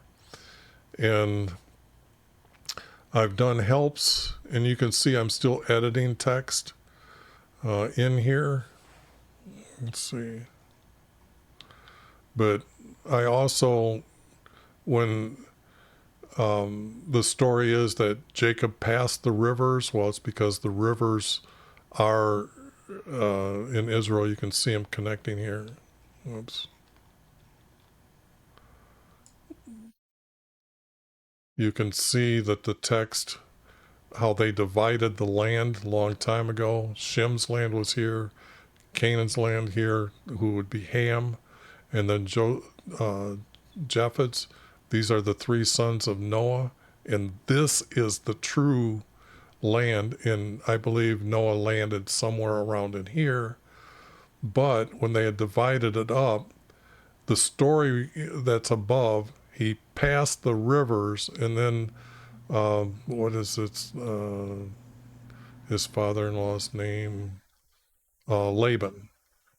He came and approached him, but in that type of thing there. But I've got pictures with references, maps that I've made over time. All the maps and everything on my website are done by me. And you can see you can see the format here of still 2 words and then 1 word. Yes, but the only thing is they covered it up. It is like this text that I've got here. I believe, because I've read it over and over, and I'm not really a fast reader, but I think it takes about 7 to 8 hours to read this whole text. And at the end down here, see I got it titled Captivity, but let me see here. At a certain point, well, let me take it down like this. This is after the return. This is Daniel, and I'm doing Daniel right now. Come on. Because it's not too long after this, Jesus words come to play here. Okay, now Jesus is teaching. This text here, okay, if you can read this text now, and it's going to give you the description of where he was at in the land, where he was at when certain things happened. Where are some of these maps? And the roads that he traveled are here. We now have the correct order of the 12 disciples and the names of the 12 disciples. Because if you study the text now, the disciples you can't find. Oops, where is it? Let me close this. And the disciples right now, in Matthew, there's these. In Mark, there's these. In Luke, there's these. And none of them are the same. But if you put them all together, there's 15 disciples. Okay? And none of these lists match if you go search on Wikipedia what the 12 disciples' names were. So that's the distortion in the text. But under our Creator's hidden formats, it tells each one where he found them and picked them up and told them to come with him. And the funny thing is, when I corrected this text, and you can see that this is our Creator speaking about Jesus. These are all the words for Jesus. It is beautiful. And even when I'm reading this, even today as I'm reading it, I tear up when I'm reading the text at the crucifixion time. And I can't, it just happens. And I know what the text is going to say, and I still tear up as I'm reading the text. But this information of how our Creator gave me the hidden formats, there were like 2,900 and I think 25 pieces that I had. 2 verse, 3 verse, 4 verse, whatever. And I put them all together as pieces. And then when I got the most out of all the text as is to make one story, the text inside itself was telling me where to put it in order. And that's just mind-blowing. So when you read it, the order, there is the last 7 days of Jesus in Jerusalem. Literally, 7 days. So the thing here is before I got to call it quits, I want to show you that Jesus defined what is Holy Spirit. And I clicked on the wrong one here. Jesus defines what is Holy Spirit.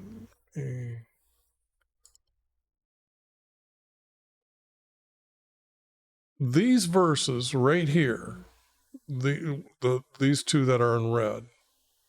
Whoops. No, that's gospel. Whereas divides blasphemy, divides. Here we go. Sorry about that. Let me blow it up a little bit more here. These two verses, Jesus is not only calling the Holy Spirit an it, he called it a whatever. But the object is, he says, it's not you who speaks, but it is the Holy Spirit. In this verse, he defines the Spirit as our Father who speaks through you. The two examples that back Jesus up is Zacharias was filled with the Holy Spirit and prophesied, meaning he spake our Creator's words coming out of his mouth. His holy words came out of his mouth. Elizabeth did the same thing when Mary was there, when Mary entered. Then Jesus down here tells us that the Holy Spirit, or now knowing as his words, will teach you that very hour what you say. So his thoughts can come to your head. They are words from our Creator. So the Holy Spirit, Jesus proves there's no such thing as a Trinity. And it gets back to the truth that when our Creator told Abraham, back when it all began, in Genesis 17:6, he tells Abram that he's going to become Abraham, and I'm going to establish my covenant, which is actually promises, and he's going to make many promises. Yes, exactly. But when I show people that believe in the Trinity and I show them Jesus' words, I am a heretic and I am kicked off their website. They block me from talking to them, whatever. But the thing here is example, if they understand that there's many promises from our Creator, but in him all nations of the earth will be blessed. Well, who is him? It's the king shall come forth from you, and all races on earth will be blessed. Oh, I see. Okay, that's good. Well, let's put it this way. As an atheist, do you sit and meditate to have sex with a female goddess? No. So you're an atheist, but not an atheist. A true atheist has an understanding that the female goddess is real. The reaction that's going on in their body is all the same. It's repeatable. That's why it's so believable to them. Because they're out there and they have been distorting things and covered up the true words that our Creator had actually wrote. That's why you have an unbelief of a Creator. Now, if you let me put my name down here so you can see my name, and I want you to go to my web channel or my YouTube channel, because Let's see. Am I going to get rid of everything here? Do I have one more? Okay.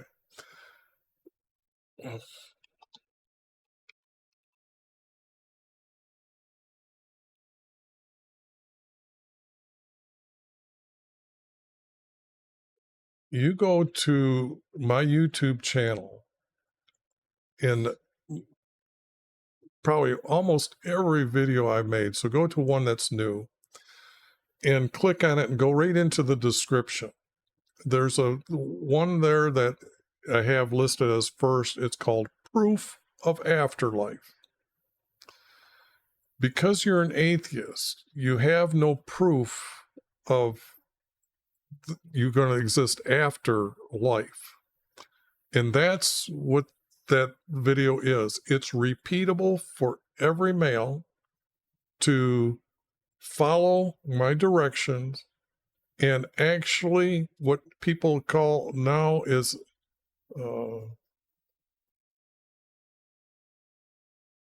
NDES. What's that? Please don't say it's...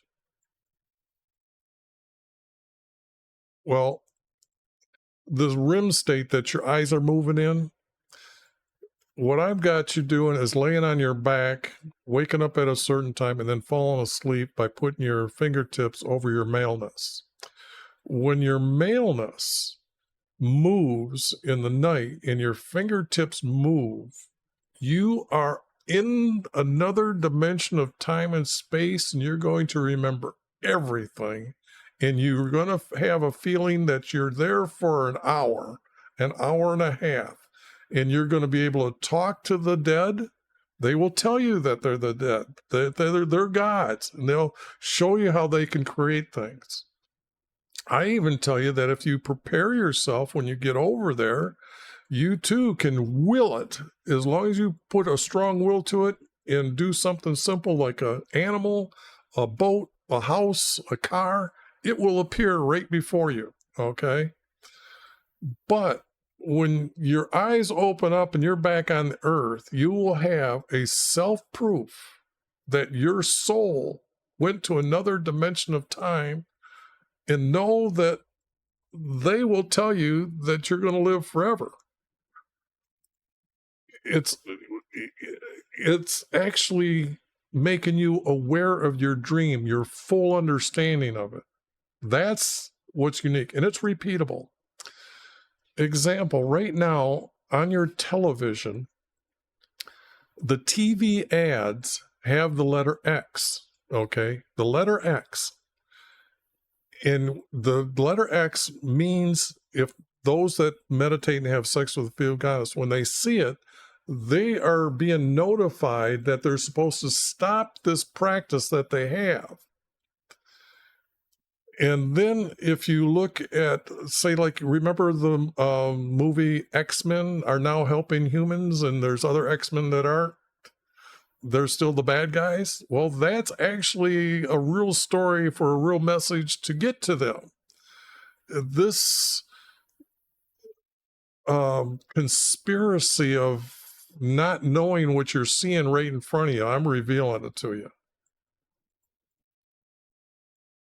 Dreams that you remember and can control to a large degree. Well, you can't control them because they're going to come to you. But you can become like what they want you to become, a god, and that is by your willpower, you be able to create it. Because when you see them, some are going to show you that they can change their skin to they're really in a soul. It's like a ghost state. But they can change themselves to look like a lizard, literally a talking lizard to you, or a talking bird to you. They can recreate the whole landscape. Like if you were to walk out, your house, they can recreate everything out there for you. They're putting it into your mind and controlling you that way. But they can literally open up their hand, and then all of a sudden everything that you see will come like a swirling right into their hand, and all of a sudden it'll be gone, and you're sitting there, or you're just floating around in the emptiness like they are. That's what they do out there. That's all they've got to do out there, is to recreate their experiences that they had on earth.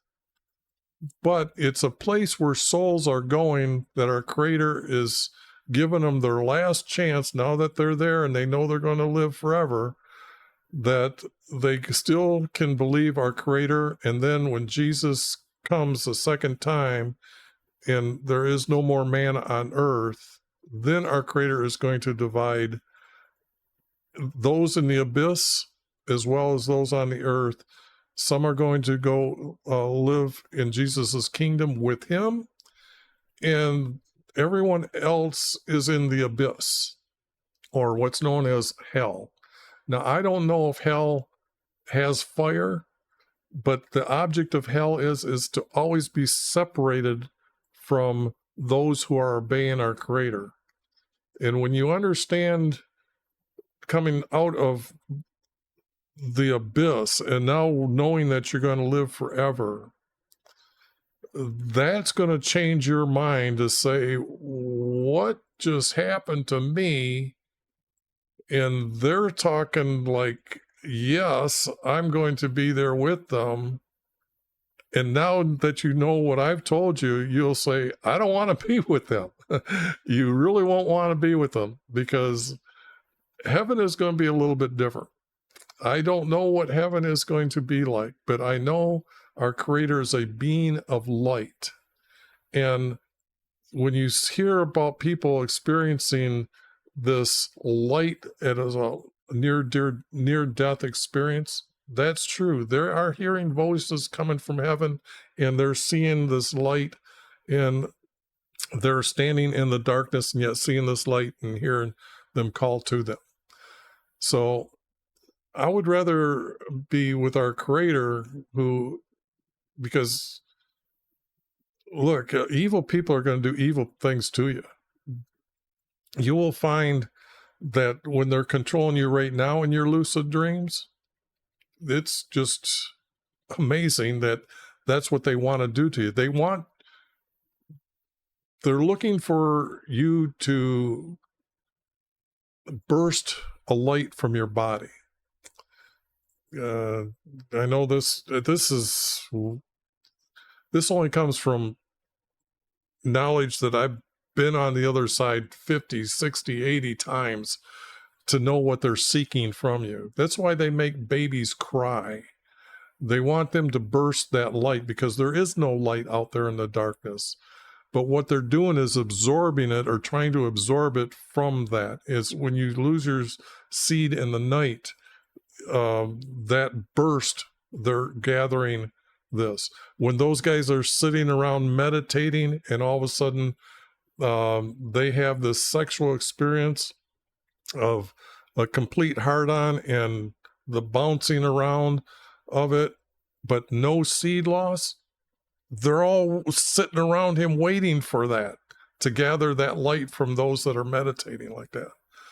But that's what's going on out there. But you won't experience any of that unless you really go out there a lot. And by then they're probably going to try to kill you and keep you there anyway. So, but example, here's something for you. If you think with your mind down to the tip of your fingers and do it slowly and go back and forth, and by the third time, you're going to feel a field of energy like a ball going up and down your arm. This energy, if people would understand what it's relating to all the energy around us, the sun, the moon, and some of the closer planets. That example, we don't call spring for nothing. A male's hard-on, or hardness, is the longest and hardest in the springtime. So for 3 months of the year, you are really having your hardest hard-on. And then in the summer, it's falling away. And then by fall, it's not lasting that long. And the winter teaches us you should not have any seed loss at all. That's what the energy tells us on the outside. Now, I have another video, sex by using the sun and moon. Now that tells you about the energy, and there's charts.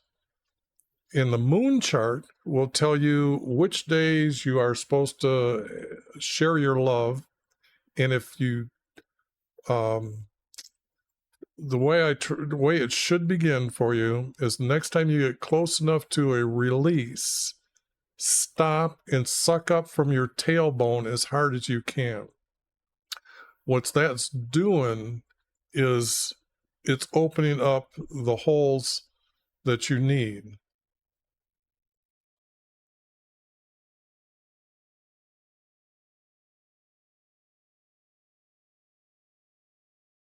Okay. Well, I'm going to tell you a quick story here. And this is based on those two maps, that the sun is waxing, meaning becoming stronger in strength. Your seed becomes stronger in your body, or that energy that you've seen or felt.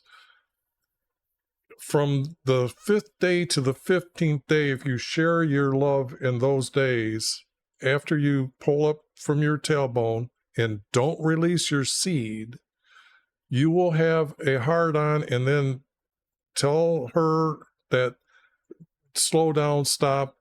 So what you're going to play is the game of your testicles going up and down. By doing this, your hard-on will last longer. It should last up to at least a half hour, and then it's going to go naturally down. Or not naturally, but the energy is going to say enough. What happened is your other body has been other parts of your body has been working. About an hour later, you're going to pee. And a half hour later, you can now repeat the same thing for another half hour. In the springtime, from the 5th day to the 15th day, you could share your love 5 times a day for 5 days, 6 days in a row with no problem, as long as you don't let release your seed. Now, for a female to do this, not release her seed, she doesn't have a monthly cycle. Her monthly cycle is just telling her conception didn't happen. So if she doesn't release her seed, she doesn't have her monthly cycle. What also happens is that you remain youthful. If I turn here and show you my hair in the back of my head, there's no gray hair back there, okay? I'm 68 years old. I do not release my seed from my body, and I don't age. My neighbors, I'm living in a 65 or 55-year-old community and older, and everybody guesses my age 25 years younger than what I am. My own family freaks out because my brothers all have gray hair, and my youngest brother is like 45. And I don't have any gray hair except for right along the very edges right now. But if you pay attention to the seasons and watch somebody that you know that's 50, they'll have more gray hair in the fall than they will in the spring, because the energy is rehealing you, regenerating the body. But by following those charts, you can share your love more and longer. Well, it's not magnificent. Well, in my youth, when I started getting all these different colors, I had every color: red, brown, blonde, absolutely pure. It was crystal clear in some of them. So that's what happens back then. But now it's kind of like gray, but it's still got a lot of normal coloring.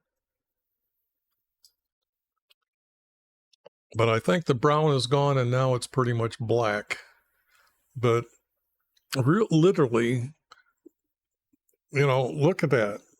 There's no gray hair in there. and I'm 68. I go into the hospital and stay there for a while. They freak out. That's where I have nurses and doctors come by and look at me, kind of like, oh, I guess that's right. He don't look 68, and he ain't got no gray hair yet. What's going on? So, well, okay? Let me explain something. When I was 38 years old, I worked in Buick engineering. And this means that there's open departments with cars sitting around, but there's 30 people to a department. Now, there was a woman that used to come up and bring us our car parts. Now, I had known her for 10 years, and I am a virgin. And when she told me that if I wanted to know anything about sex, I could just ask her. And I told her, you can't do that. I know more than you. And she said right then and there, prove it. And I said, okay, now I've been over your house a lot of times, but I think the last time I was there about a week ago, is that your boyfriend that I met over there and he's living with you? And she says, yeah. And I says, he's about 48 years old, right? And she goes, yeah, he's 48. And I said, and I know you're 50 something. And she used to be a madam in her early age. At 18 to 24, she had 6 prostitutes working for her. So she was still screwing anybody she wanted to, any day, anywhere, whatever. But I told her that I'll teach her how to make that 48-year-old male to be as hard as he was when he was 20 years old. For the next 7 days, I told her what to do, what to watch for, this up and down with the testicles, and then, okay, it's going to stop. And the more up and down, then you're going to find the clear fluid coming out the end of your maleness. And then what's going to happen, you just can't have a hard-on again because the energy's gone. You've used it. But for 7 days, I told her what was going on. I got there, well, at 8 o'clock in the morning, where everybody's working in the department. She drives up on her cart, and she's at least 40 yards from me, and she screams out, Mike, my pussy hurts, and I love it. And she drove away and telling me to come get her at lunch, talk to her at lunchtime. That is the power of the energy that I'm telling you that people are missing from the sun and moon. Once people learn this, porn is dead. It's completely dead, because why do you want to release your seed? Because I can share my love until I'm 90 years old. It's literally the knowledge our Creator has given me is going to explode someday.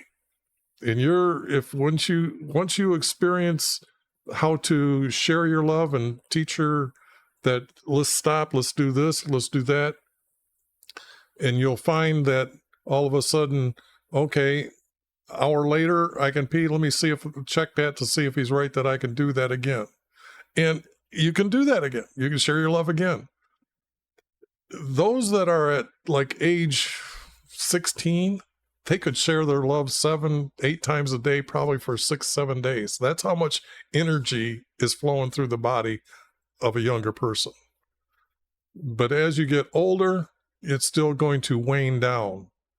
So according to the charts, if you listen to them and watch them and learn from them, that if you do those from day 5 to day 15 and then none others, and if you find in these days that you're not falling to sleep as you normally would, that you realize that, hey, I'm laying here for the last 2 hours and I can't sleep, share your love, and then you'll be able to go back to sleep again until it gets around, until your body matches up with the sun and moon. Then you are a sex master.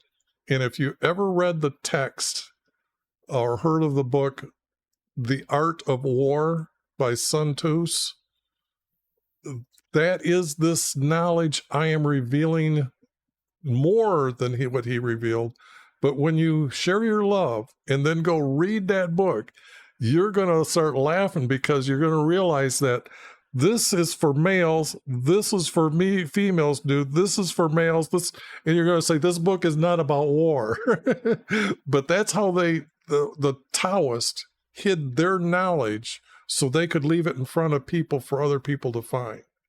But it's just amazing that when you experience this, at least for 2 years, you'll be able to open up the Art of War and say, these nuts out here think they literally study that book in all military academies around the world. I just crack up. Some of this stuff is so funny. It's not, it just like, tell them the truth. Tell people the truth. And by the way, if you share your love too much, you're going to have hemorrhoids. So I would suggest that once hemorrhoids appear, you're going to stop sharing your love and eat a banana in the morning. It is the Asian secret to cause the hemorrhoid, which is a muscle that has come out from split through other muscles, will retract back in. But it needs potassium to do that, is what you need in your body. First thing in the morning, eat a banana, and you'll find hemorrhoids will go away. But there is so much knowledge that's in that, using the sun and moon. And yeah, I hope you have a better love life. And I know for a fact that you'll never watch porn again. I know it, because you're going to say, that is so stupid. They are so wrong at what they're doing. Like, 5 minutes, big damn deal. Look at me, I'm a hero. I can satisfy my woman for hours a day. So, anyways, I've got to get going. Nice talking to you. Stop by. Hope you put a little follow up there for me so I get some more followers. And I will have to, I definitely been going too long now. I'm 4 hours talking. Where's my voice out? I can't talk much longer. It took me a month to build up to 3 hours every day streaming to get that long. But take it easy.